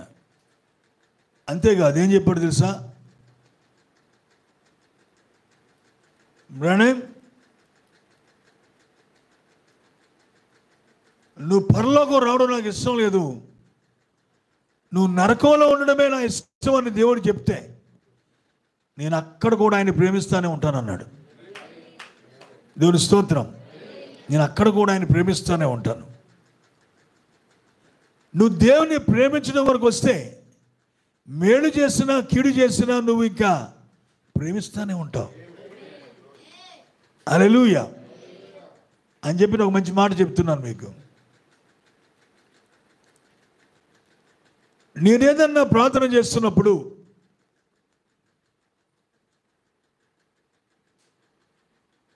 ఆయన గనక ఇది నాకీ అని చెప్పి నేను అడుగుతున్న సమయాల్లో ప్రభువాన్ని కార్యము నా పట్ల చేయి, నన్ను దర్శించు నాయనని ఒక పని కోసం నేను ప్రార్థన చేస్తున్నప్పుడు దేవుడు గనక తల అడ్డంగా ఊపి ఇది నా చిత్తం కాదు అంటే అది ఆయన చిత్తం అని చెప్పినప్పుడు ఎంత సంతోషపడతానో, తన చిత్తం కాదు అన్నప్పుడు కూడా నేను అంతే సంతోషపడతాను అన్నాడు.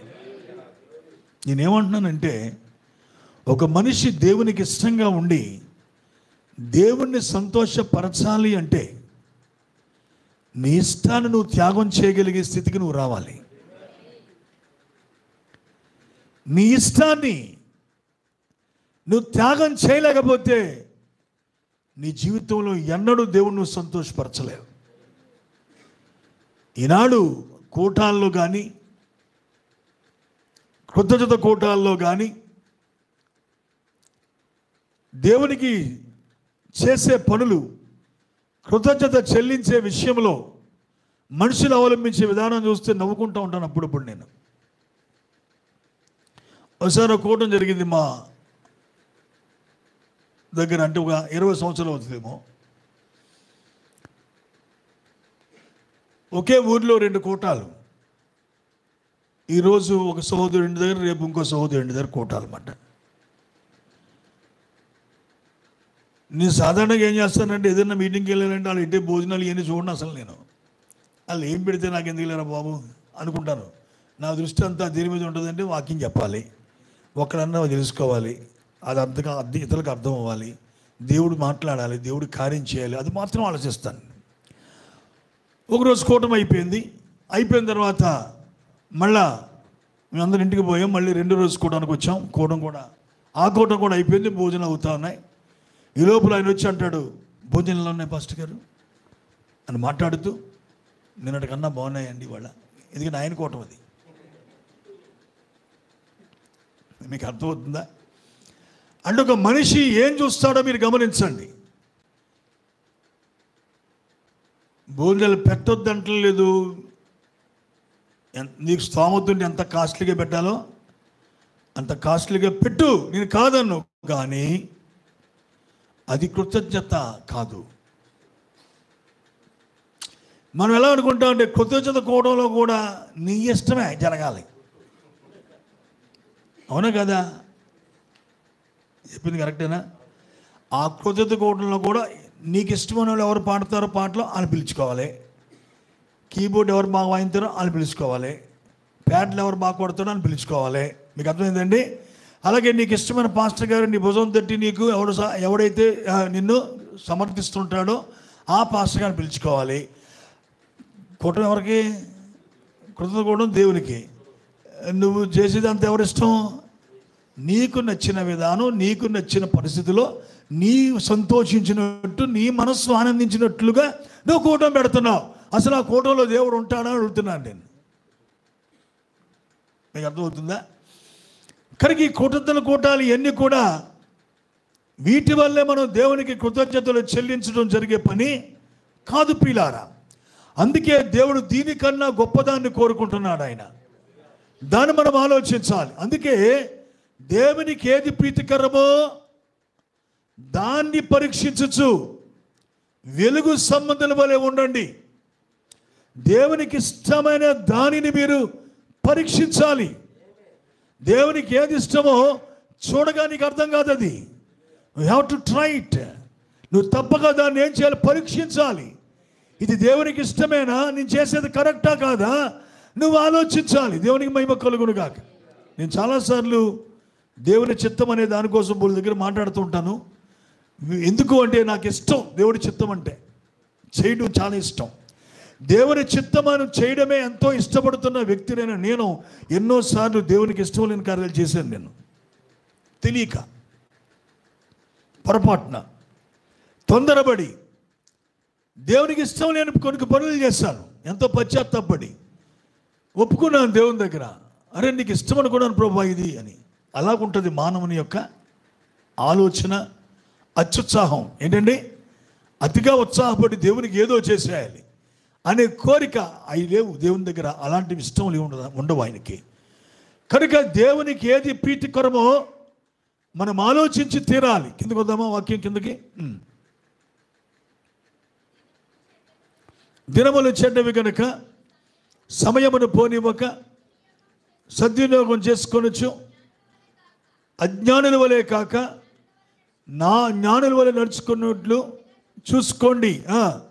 ఇందు నిమిత్తం మీరు అవివేకులు కాక ప్రభు యొక్క చిత్తం ఏమిటో పరీక్షించుడి. దేవునికి మహిమ కలుగును గాక. హల్లెలూయా. ప్రియ సోదరి సోదరులారా, అందుకే చెప్తున్నా, ఈ చెడ్డ దినాల్లో మనుషులందరూ ఏది చేస్తే మనం అదే చేద్దాం అనుకుంటాం. ఈ రోజుల్లో చుట్టుపక్కల అందరూ ఏం చేస్తే అదే దేవునికి ఇష్టమేమో. ఆయన అలా చేశాడు కదా, ఈయన ఎలా చేశాడు కదా, నేను కూడా అలాగే చేస్తే బాగుంటుంది అనుకుంటాం. కాదు, దేవుడు వారిని అలా చేయడానికి నిర్ణయిస్తే నిన్ను మరొకలా ఏదో చేయడానికి దేవుడిని పిలుచుంటాడు. దాన్ని నువ్వు తెలుసుకొని తీరాలి. ఇది చాలా ముఖ్యం. మీకు ఎందుకు చెప్తున్నాను ఈ మాటలన్నంటే, కృతజ్ఞత చెల్లించడంలో క్రైస్తవులు విఫలమవుతున్నారు. ఎలాంటి కృతజ్ఞత దేవునికి చెల్లించాలో మనుషులకి తెలియట్లే. 99% తెలియట్లే. 99% మనుషులు దాన్ని గ్రహించలేకపోతున్నారు. అందుకే ఈ రాత్రి ఈ విషయాన్ని మీకు చెప్తా ఉన్నాను. నెవిల్ గారి జీవితంలో దేవుడు చేసిన కార్యాన్ని పురస్కరించుకొని దాన్ని ఆధారం చేసుకొని నేను చెప్తా ఉన్నా, ఆయన ఇంకా భూమి మీద ఉన్నారు అంటే ఏదో దేవునికి మరొక ఉద్దేశం ఆయన పట్ల ఉంది. ఇక్కడ నేను కూడా మరణపు టంచుల్లోకి వెళ్ళి బయటకు వచ్చాను అంటే ఏదో దేవుని చిత్తం నా పట్ల ఉన్నది.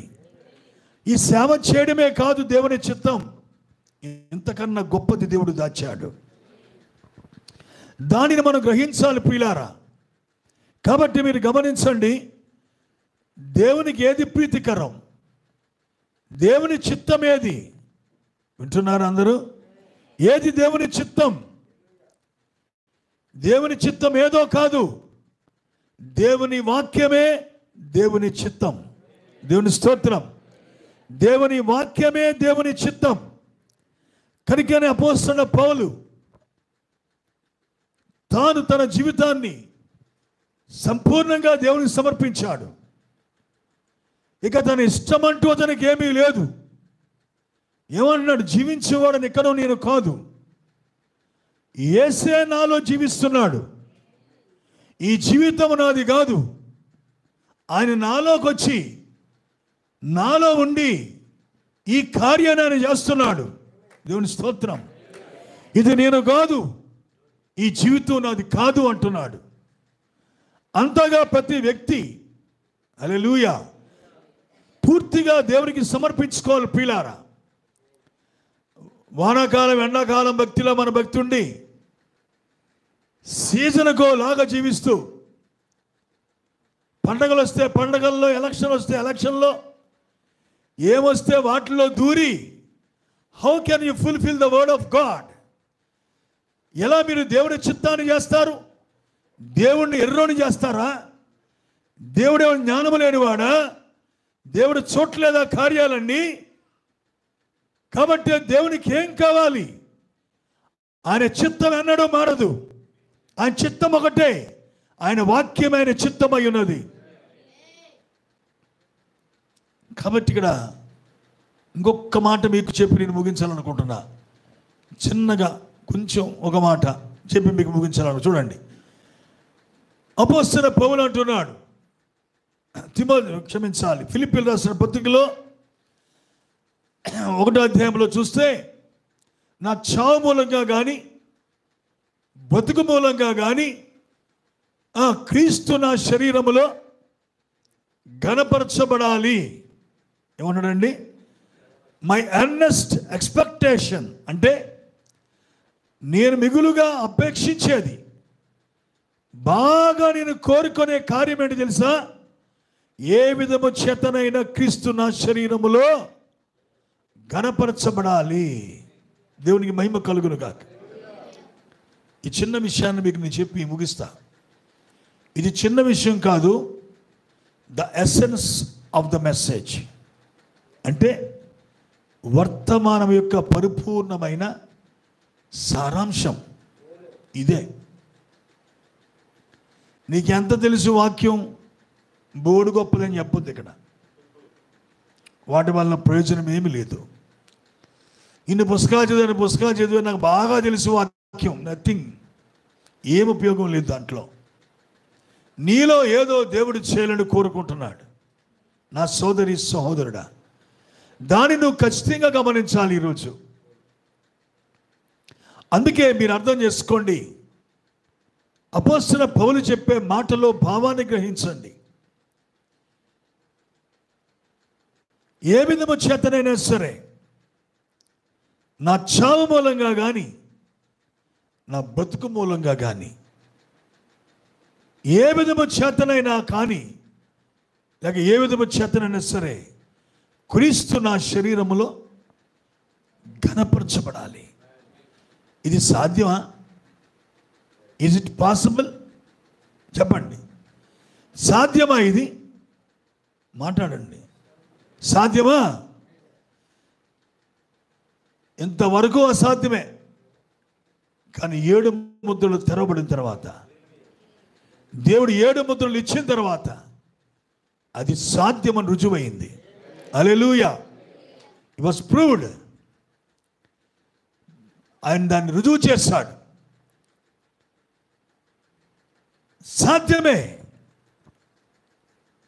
అదే మీరు గమనించాలి. నీ జీవితంలో దేవుడు ఆ గొప్ప కార్యాన్ని చేయడానికి ఇష్టపడుతున్నాడు ఆయన. నేను చెప్పే ప్రాముఖ్యమైన మాట వినండి, గుర్తించండి. సంఘానికి వచ్చి వెళ్ళేవారులారా, ఆదివారం ఆరాధనకు వచ్చి గస్ట్లా కూర్చొని సంఘానికి నాకు ఏ సంబంధం లేదు, పాస్కర్ ఏదో చెప్తాడు కాసేపు వినేసి ఆ డిబ్బీలో డబ్బులు వేసేసి వెళ్ళిపోదాంలే మన పని అయిపోయింది అనుకునేవారులారా, మీరు వచ్చింది దేనికి? ఎందుకు పిలిచాడు దేవుడు నిన్ను? కారణం ఏంటి? నువ్వు పెద్దోడువైనా వృద్ధుడువైనా యవనస్తుడువైనా చిన్నపిల్లలైనా ఎవరైనా సరే దేవుడి చేత నువ్వు పిలువబడ్డావంటే there is a purpose in your life.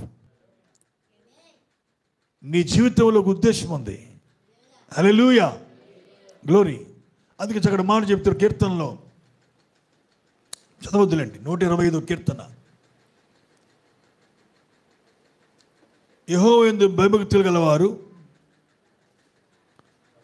కదలక నిత్యము నిలిచి సియోను కొండలా ఉంటారు అని. మీకు తెలిసే విషయం. యెహోవా యందు భయభక్తులు గలవారు ఎలా ఉంటారట? కదలక నిత్యము నిలిచి ఉండే సియోను కొండ. మీకు అర్థమైంది కదా? సియోను కొండ అనేది దేనికోసం తెలుసా మీకు? దేవుల్లో భయభక్తులు గలవారు వారి చుట్టూ దేవుడు ఎలాగైతే కాపలా కాస్తూ స్థిరంగా ఉంటారనేది సియోను కొండతో పోల్చి చెప్తున్నాడు. సియోను కొండ, ఒలీవల కొండ ఇంచుమించుగా గచ్చిపోయిన తోట అన్ని దగ్గర ఒకటే కొండ మీద ఉంటాయి ఇంచుమించుగా. ఒలీవల కొండ పేరే సియోను కొండ కూడా. అయితే సియోను కొండ కదలక నిత్యం నిలిచి ఉండే కొండ. దాని చుట్టూ ఎన్ని భూకంపాలు వచ్చినా అది కదలదు. ఎందుకు కదలదు? దానికి ఉద్దేశం ఉంది. God has a purpose with that mount Zion. కనుక సియోను కొండతో దేవునికి ఉద్దేశం ఉంది.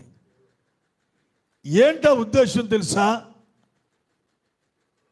ఒకసారి ఒక జియాలజిస్ట్ని తీసుకొచ్చారు, భూగర్భ శాస్త్రజ్ఞుడు. ఇస్రాయేల్ అందరూ అనుకున్నారు, government king David 5 star hotel కట్టాలి అనుకున్నారు. దేని మీద? సియోను కొండ మీద. అప్పుడు ఆ భూగర్భ శాస్త్రజ్ఞుడు ఏం చేశాడంటే, జియాలజిస్ట్ మొత్తం కొండంతా సర్వే చేసి, దీనిపై ఎటువంటి కట్టడము కట్టకూడదయ్యా, ఫ్యూచర్లో ఒక సమయం ముందు ఈ కొండ రెండుగా చీలిపోద్ది, కనుక మీరు దీనిపైన ఏ విధమైన కట్టడాన్ని కట్టకూడదు అన్నాడు. ఎందుకు చెప్పాడు మీకు తెలుసు కదా? కారణం ఏంటంటే అలాంటి చెత్త హోటలు కట్టి పనికిమాలిన పనులు చేస్తుంటే దేవుడు అక్కడికి రాడు. ఎందుకంటే సియోను కొండ మీదే దేవుడు తన కుడి పాదమును ఉంచబోతున్నాడు ఆయన. హల్లెలూయా. ఆయన వచ్చే వరకు ఆ కొండలా ఉండాలి కాబట్టి ఆ కొండ మీద కాలు మోపడం దేవుని చిత్తం కనుక ఆ కొండ కదలకుండా అక్కడే ఉంటుంది. దాని చుట్టూ ఎన్ని భూకంపాలు రానివ్వండి, అది కదలదు. యేసు దాని మీద పాదం పెట్టగానే ఏం జరుగుతుంది తెలుసా అండి? అప్పుడు ఇది రెండుగా చీలిపోద్ది. ప్రవచనం ఇది. ఒక లోయ ఏర్పడుతుంది. ఎన్ని చక్కగా వ్రాయబడ్డాయి బైబిల్లో.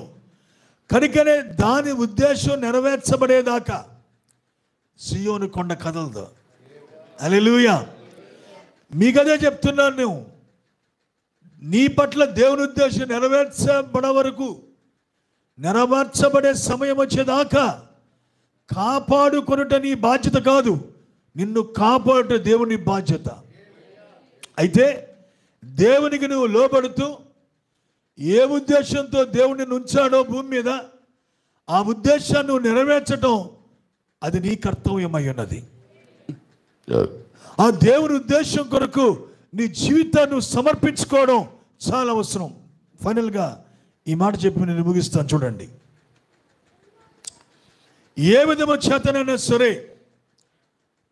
నా చావు మూలంగా కానీ బతుకు మూలంగా కానీ క్రీస్తు నా శరీరములో గణపరచబడాలి. అదే నా లక్ష్యం. It's my goal. ఇది ప్రతి ఒక్కరూ చేయాల్సిన పని. దేవుని స్తోత్రం. హల్లెలూయా.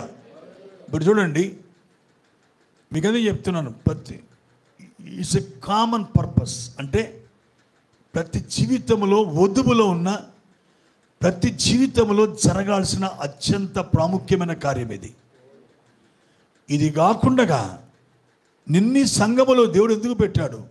ఓ పాట పాడతావా, వాయిద్యాలు వాయిస్తావా, చచ్చి తుడుస్తావా, పాస్టర్కి సహకారం ఉంటావా, లేదా పాస్టర్కి టెండర్ ఎడతావా? మాట వింటున్నారా? అది కూడా దేవుడి పనే.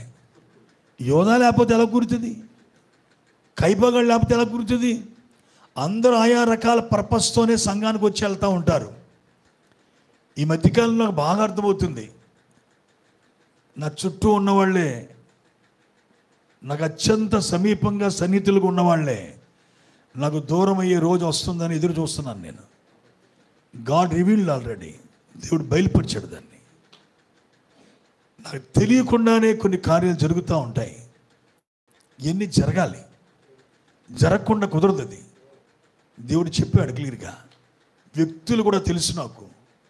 త్వరలోనే అది జరుగుతాయి కొన్ని కార్యాలు. సేవలో భాగం అది. నేను కాస్త ఇంకా పైకి వెళ్ళడానికి, ఆత్మలు ఇంకా బలపరచబడ్డానికి, ఈ సిచ్యువేషన్స్ గుండా నేను వెళ్ళడానికి దేవుడు అనుమతిస్తున్న కార్యం అది. దేవునికి మహిమ కలుగునుగా. నేను చెప్తున్నాను ప్రియులారా, గమనించండి. ఎందుకు నువ్వు ఇక్కడ ఉన్నావు? నీ స్థానం ఏంటి ఇక్కడ? నువ్వు వెళ్ళే చర్చిలో నీ స్థానం ఏంటి? ఎందుకు వస్తున్నారు? ఎందుకు వెళ్తున్నారు? కారణం ఏంటి? ఏమి చేయడానికి ఇంకా దేవుడిని కాపాడాడు? నీ సొంత పనులు చేసుకోవడానిక? నీ ఇష్టాలు నెరవేర్చుకోవడానిక? నీకు నచ్చిన పనులు చేసుకోవడానిక? కాదు. నువ్వేదో దేవునికి చేయాలి. నీది నేను చెప్పలేను కానీ నీది నువ్వు ఎరగాలి.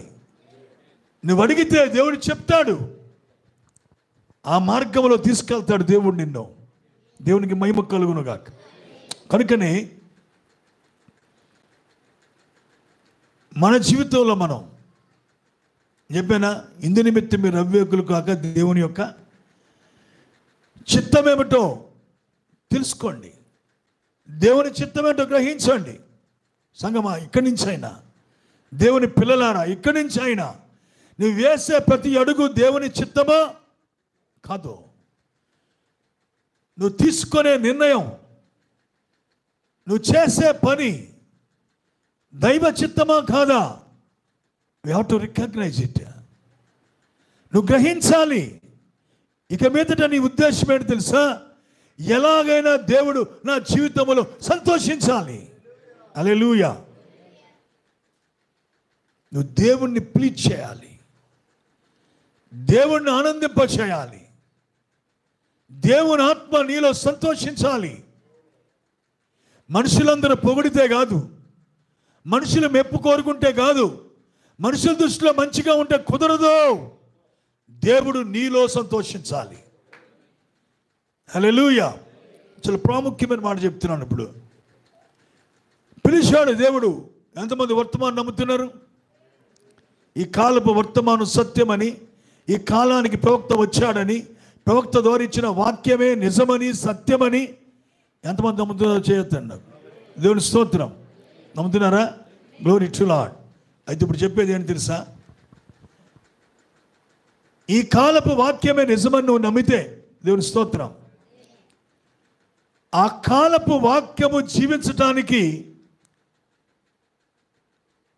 ఇంకా అర్థమేలా చెప్తా. దేవుని వాక్యం జీవించడానికి స్థలం లేదు. నక్కలకు బొరియలు,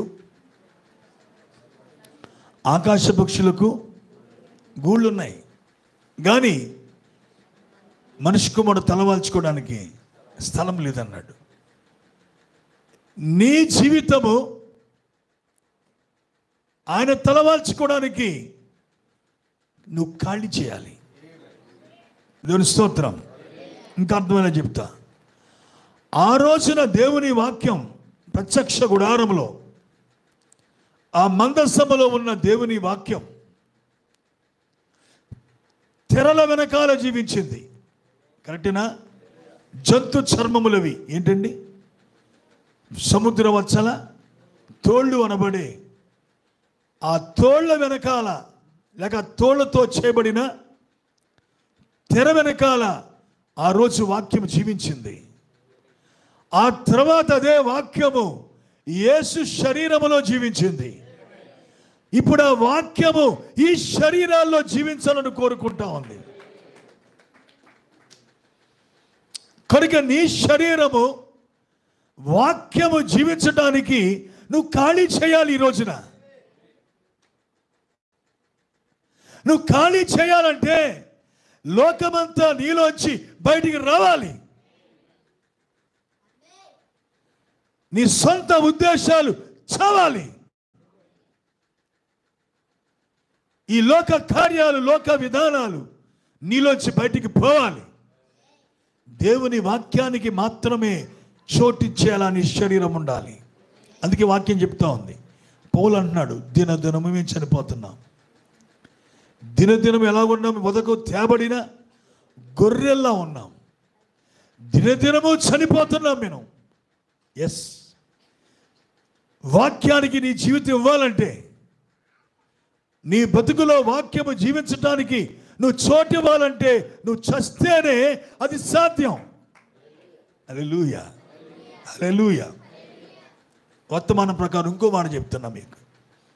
కాబట్టి మనం ఎందుకున్నాం ఇంకా ఈ భూమి మీద అంటే, ఈ కాలపు వాక్యాన్ని మనం నమ్మటానికి ఉన్నాం. వింటున్నారా? ఈ కాలపు వాక్యాన్ని నమ్మి దాన్ని మనం ఏం చేయాలి? స్వీకరించాలి. అప్పుడు చెప్పండి. ఇంకా స్వీకరించడం మాత్రం కాదు, you have to manifest the word of God of this hour. ఈ గడియకైన వర్తమానము నీ జీవితంలో తిరిగి ప్రత్యక్షం అవ్వాలి.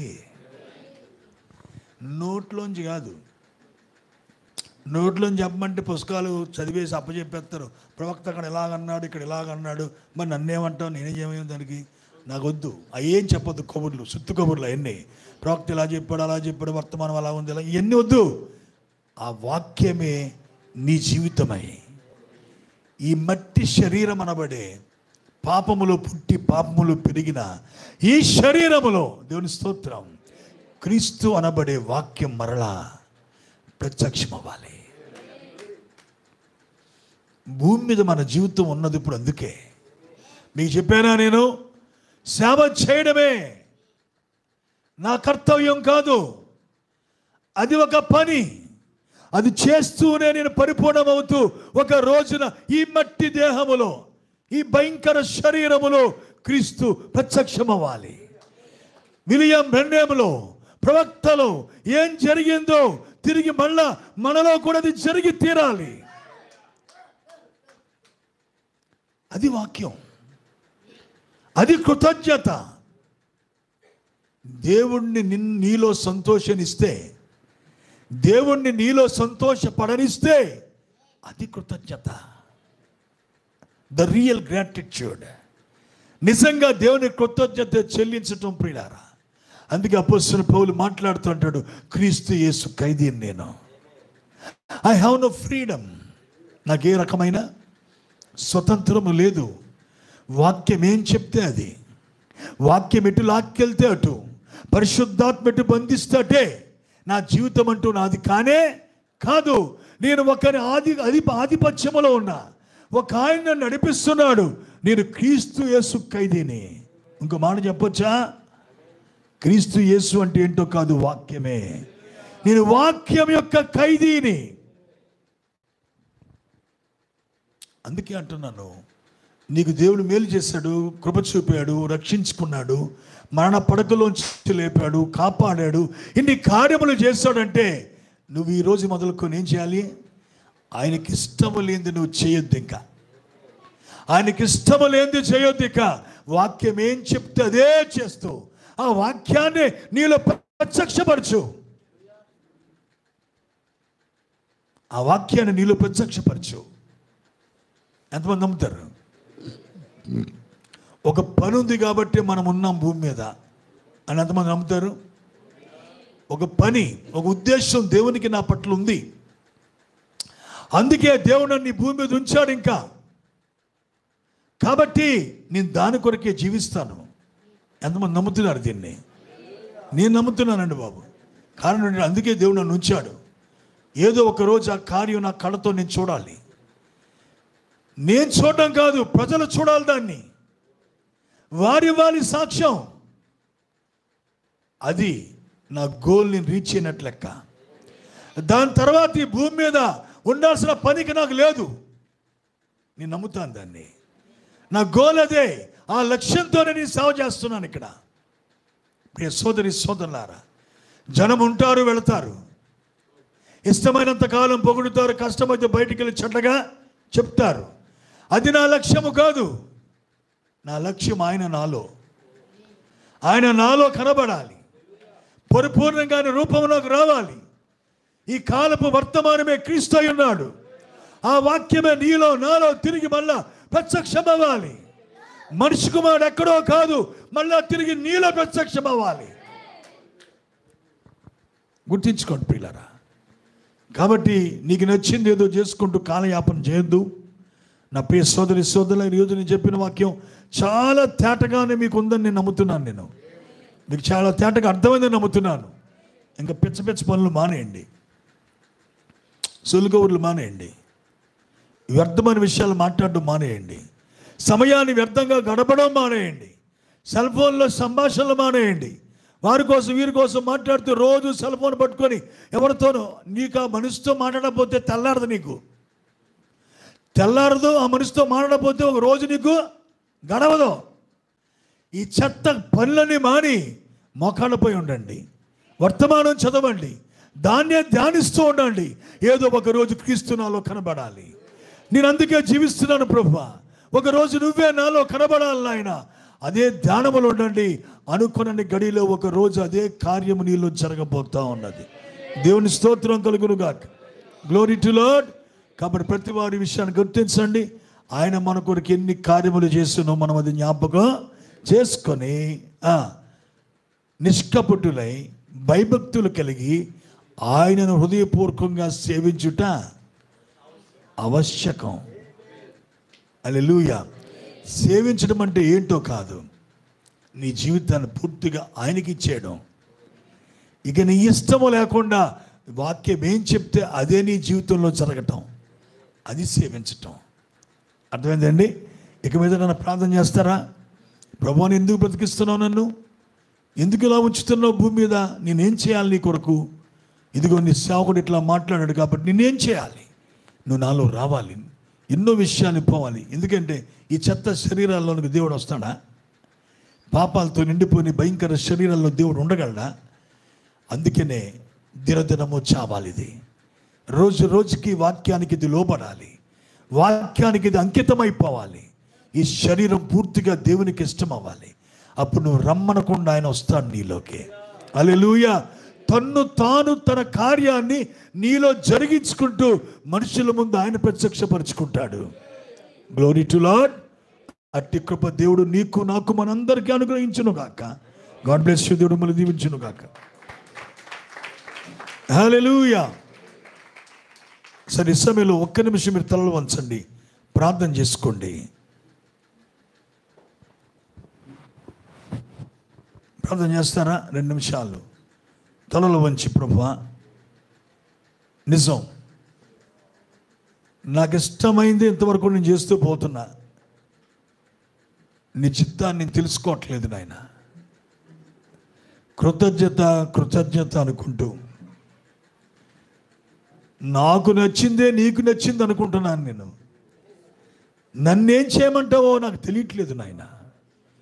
ఇంతవరకు సమయం అంతా వృధా చేశాను నేను. నా జీవితాన్ని కనికరించి ప్రభువా, నా బ్రతుకులో నీ కార్యం చేయి నాయన.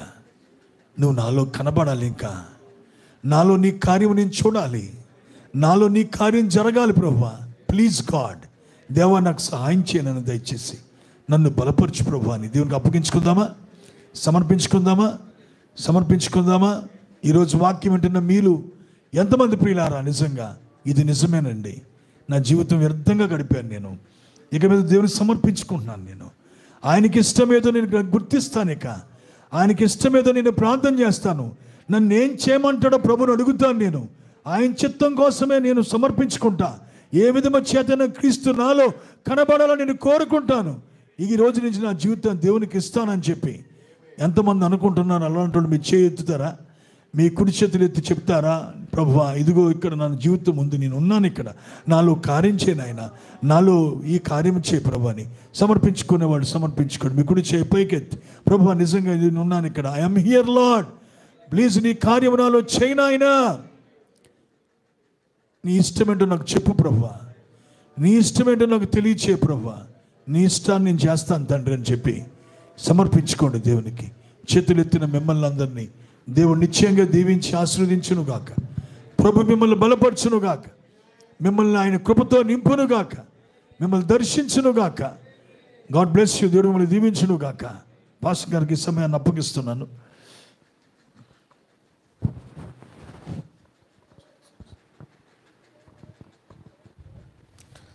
అందరూ కూడా లేచి నిలబడదాం ఈ సమయంలో. మరింతవరకు మనం అద్భుతమైనటువంటి వర్తమానం మనం విన్నాం. దేవుడు తన దాసుల ద్వారా మనకు కావలసినటువంటి చక్కని వర్తమానం ఇచ్చి ఉన్నారు. అందరూ లేచి నిలబడదాం ప్రియులారా, హృదయపూర్వకంగా ధ్యానం చేసుకుందాం. ప్రభువా నా జీవితము నీవు నివాస యోగ్యమైనటువంటి గుడారముగా ఉందా నాయన, ఈరోజే ప్రభువా నీకు సమర్పణ చేసుకుంటున్నాను నాయన. ప్రభువా నా శరీరము, నా యొక్క ప్రతి అవయవం ప్రభువా నీ కొరకు పనిచేయుటకు సహాయం చేయదేవా అని అడుగుదాం. హల్లెలూయా, హల్లెలూయా, హల్లెలూయా, హల్లెలూయా, హల్లెలూయా. ప్రియులారా అలాగే ప్రార్థనాపూర్వకంగా ఉందాం. మీ మనసులో మీరు ధ్యానం చేసుకునండి. వర్తమానం ద్వారా దేవుడు మనకిచ్చిన గొప్ప సందేశాన్ని బట్టి మనం ప్రభువా ఆ వాక్యం ప్రకారంగా జీవించే స్థితి దయచే ప్రభు అని అడుగుదాం. హల్లెలూయా. ప్రభువా మరలా బ్రతికించవా, నీయందు నేను సంతోషించుటకు. ప్రభువా ఒకసారి వెలిగించవా, నేను నీ కొరకు జీవించుటకు. బ్రతికించవా, వెలిగించవా, బ్రతికించవా, వెలిగించవా. నా చేయి పట్టుకొని పైకి లేపవా, నా చేయి పట్టుకొని పైకి లేపవా. ప్రభువా మరలా బ్రతికించవా, నీయందు నేను సంతోషించుటకు. ప్రభువా ఒకసారి వెలిగించవా, నేను నీ కొరకు జీవించుటకు.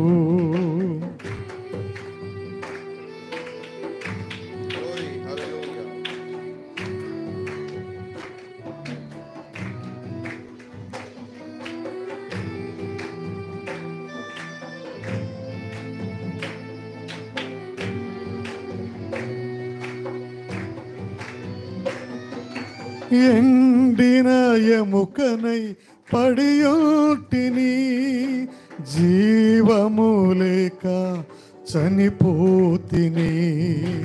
ఎండిన ఎముకనై పడియుంటిని, జీవము లేక చనిపోతిని.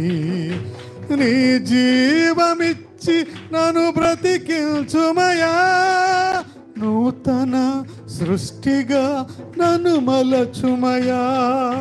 నీ జీవమిచ్చి నన్ను బ్రతికించుమయా, నూతన సృష్టిగా నన్ను మలచుమయా, నూతన సృష్టిగా నన్ను మలచుమయా. బ్రతికించవా, వెలిగించవా, బ్రతికించవా, వెలిగించవా. నా చేయి పట్టుకొని పైకి లేపవా, నా చేయి పట్టుకొని పైకి లేపవా. ప్రభువా మరలా బ్రతికించవా, నీయందు నేను సంతోషించుటకు.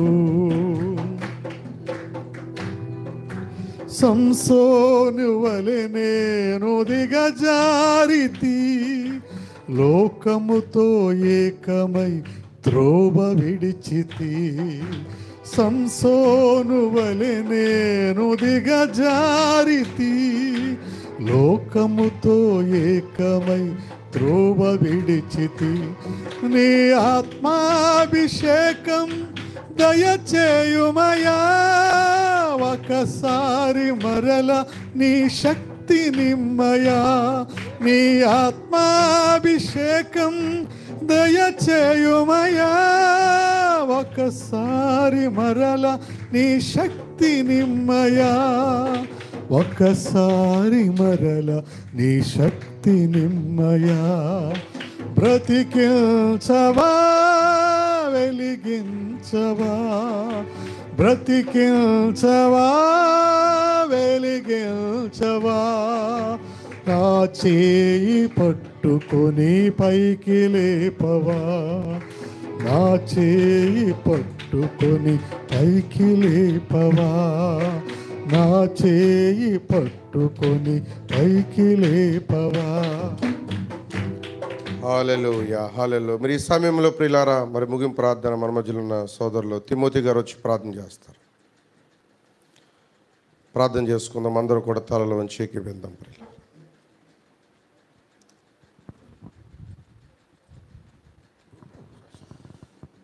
సర్వాధికారి, సర్వోన్నతుడ, సర్వశక్తిమంతుడ, నీ పరిశుద్ధ నామానికి స్తోత్రాలు చెల్లిస్తా ఉన్నావు నాయన.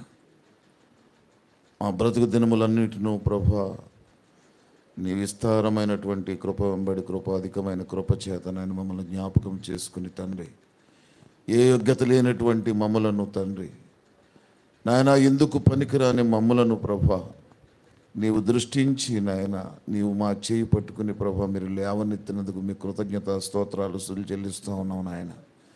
ఈనాడు ప్రభా మరి దినాన్ని మరి ఈ దినాన్ని జరుగుతున్నటువంటి కూడిక ప్రభా జగత్తు పునాది వేయబడక మునిపే నాయన, ఈ దినాన్ని ముందుగానే నువ్వు చూసిన దేవుడవు నాయన. నువ్వు మా మధ్యన ఉన్నావు ప్రభా, నువ్వు మాతో సూటిగా స్పష్టముగా మాట్లాడుతున్నావు నాయన. ఓ ప్రభా, నువ్వు జగత్తు పునాది వేయబడక మునిపే నీ దాసుని ప్రతిష్ఠించి నీ అభిషేకము నీ దాసుని మీద ఉంచి ప్రభా, ఓ నీ దాసుని ద్వారా తండ్రి మాకు ఏది అవసరమో ఈ రాత్రి ప్రభా నువ్వు సూటిగా స్పష్టముగా మాతో మాట్లాడి మా జీవితాన్ని ప్రభా మీరు చూపించారు నాయన.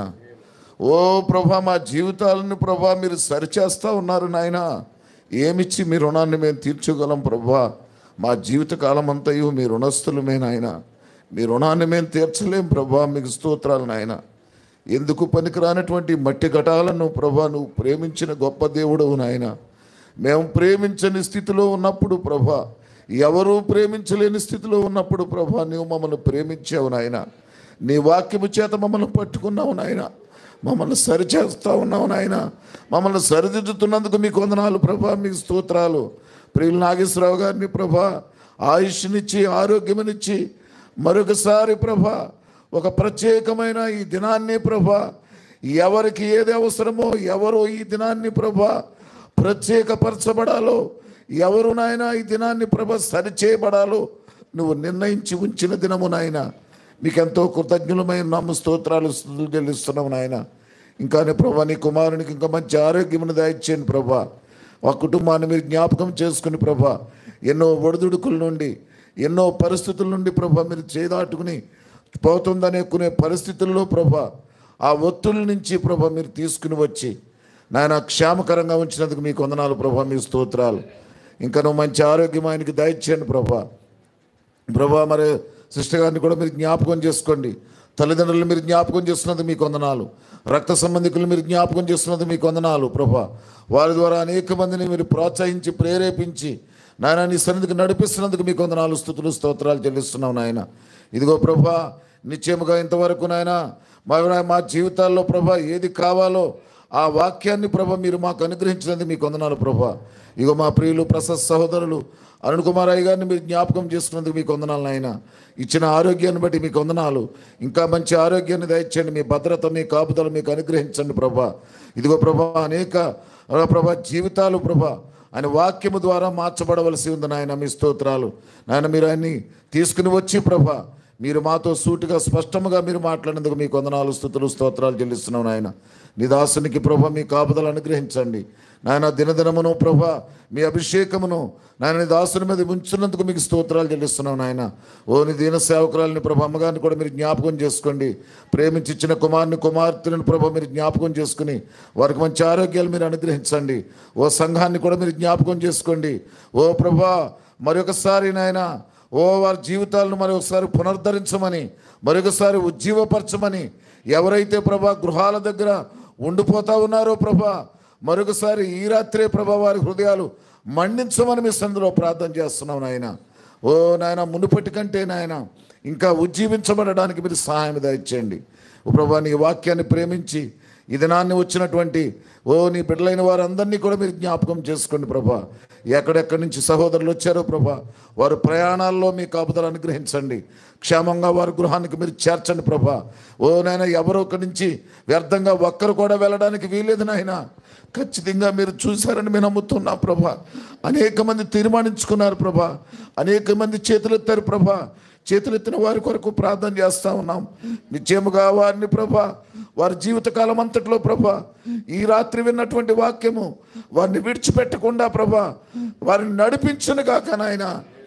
నిశ్చయముగా మీరే వారితో ఉండండి. ఈ శివరకాలపు వర్తమానాన్ని ద్వారా ప్రభా వారి జీవితాలు ఇంకా ప్రేరేపించబడి అనేక విధాలుగా ప్రభా వారి విశ్వాసము ఇంకా నాయన పైకెత్తబడడానికి సహాయం దయచేయండి. నాయన వచ్చిన నీ దైవ సేవకులందరినీ కూడా మీరు జ్ఞాపకం చేసుకోండి. వారందరినీ కూడా మీరు జ్ఞాపకం చేసుకుని వారిని నిశ్చయముగా వారు చేస్తున్న పరిచర్య యథార్థంగా ప్రకటించడానికి మీరు సహాయం దయచేయమని మేము ప్రార్థన చేస్తున్నాం. ఇక్కడ పరిచర్య చేస్తున్న నీ దాసుని యేసన్న గారిని మీరు జ్ఞాపకం చేసుకోండి. వారి కుటుంబాన్ని మీరు జ్ఞాపకం చేసుకోండి. వారి సంఘ బిడ్డలను మీరు జ్ఞాపకం చేసుకోండి. యవనస్తులను మీరు జ్ఞాపకం చేసుకోండి. నూతనంగా వస్తున్న వారిని మీరు జ్ఞాపకం చేసుకోండి. ఎవరిని విడిచిపెట్టకుండా ఆ మధ్యాకర్షమునకు ఎత్తబడే దినము సమీపించే వరకు ప్రభా మీరే వారితో ఉండమని మేము ప్రార్థన చేస్తా ఉన్నాం తండ్రి. మీ స్తోత్రాలు. ఇదిగో ప్రభాయి గారితో వచ్చినటువంటి వారిని కూడా ప్రభా మీరు జ్ఞాపకం చేసుకోండి. జాన్సన్ గారిని మీరు జ్ఞాపకం చేసుకోండి. శాంతరాజు గారిని ప్రభా మీరు జ్ఞాపకం చేసుకోండి. చక్కగా ఆయనకు మెలకువనిచ్చి ప్రభా వాహనాన్ని నడపడానికి మీ కాపుదలని కుమారునికి మీరు ఇస్తున్నందుకు మీకు స్తోత్రాలు చెల్లిస్తున్నాను ఆయన. ప్రభా నీ దాసుని ప్రభా చక్కగా పాటలు పాడడానికి ప్రభా మంచి వరమునిచ్చి ప్రభా మీ దాసుని మీరు బలపరిచి వాడుకుంటున్నందుకు మీకు స్తోత్రాలు చెల్లిస్తున్నాను ఆయన. ఇది నాన్న ఇక్కడ కూడి ఉన్న ప్రతి ఒక్కరిని మీరు జ్ఞాపకం చేసుకోండి. మీరే ప్రభా మరొకసారి మేము అందరం కలుసుకుని నిన్ను దేవుడును రక్షకుడైన యేసుక్రీస్తు కృపయు ప్రేమయు సమాధానమును చేరి వచ్చిన ప్రతి ఒక్కరికి తోడైండి భద్రపరిచి కాపాడును గాక. ఆమేన్. God bless you. దేవుడు మిమ్మల్ని దీవించును గాక.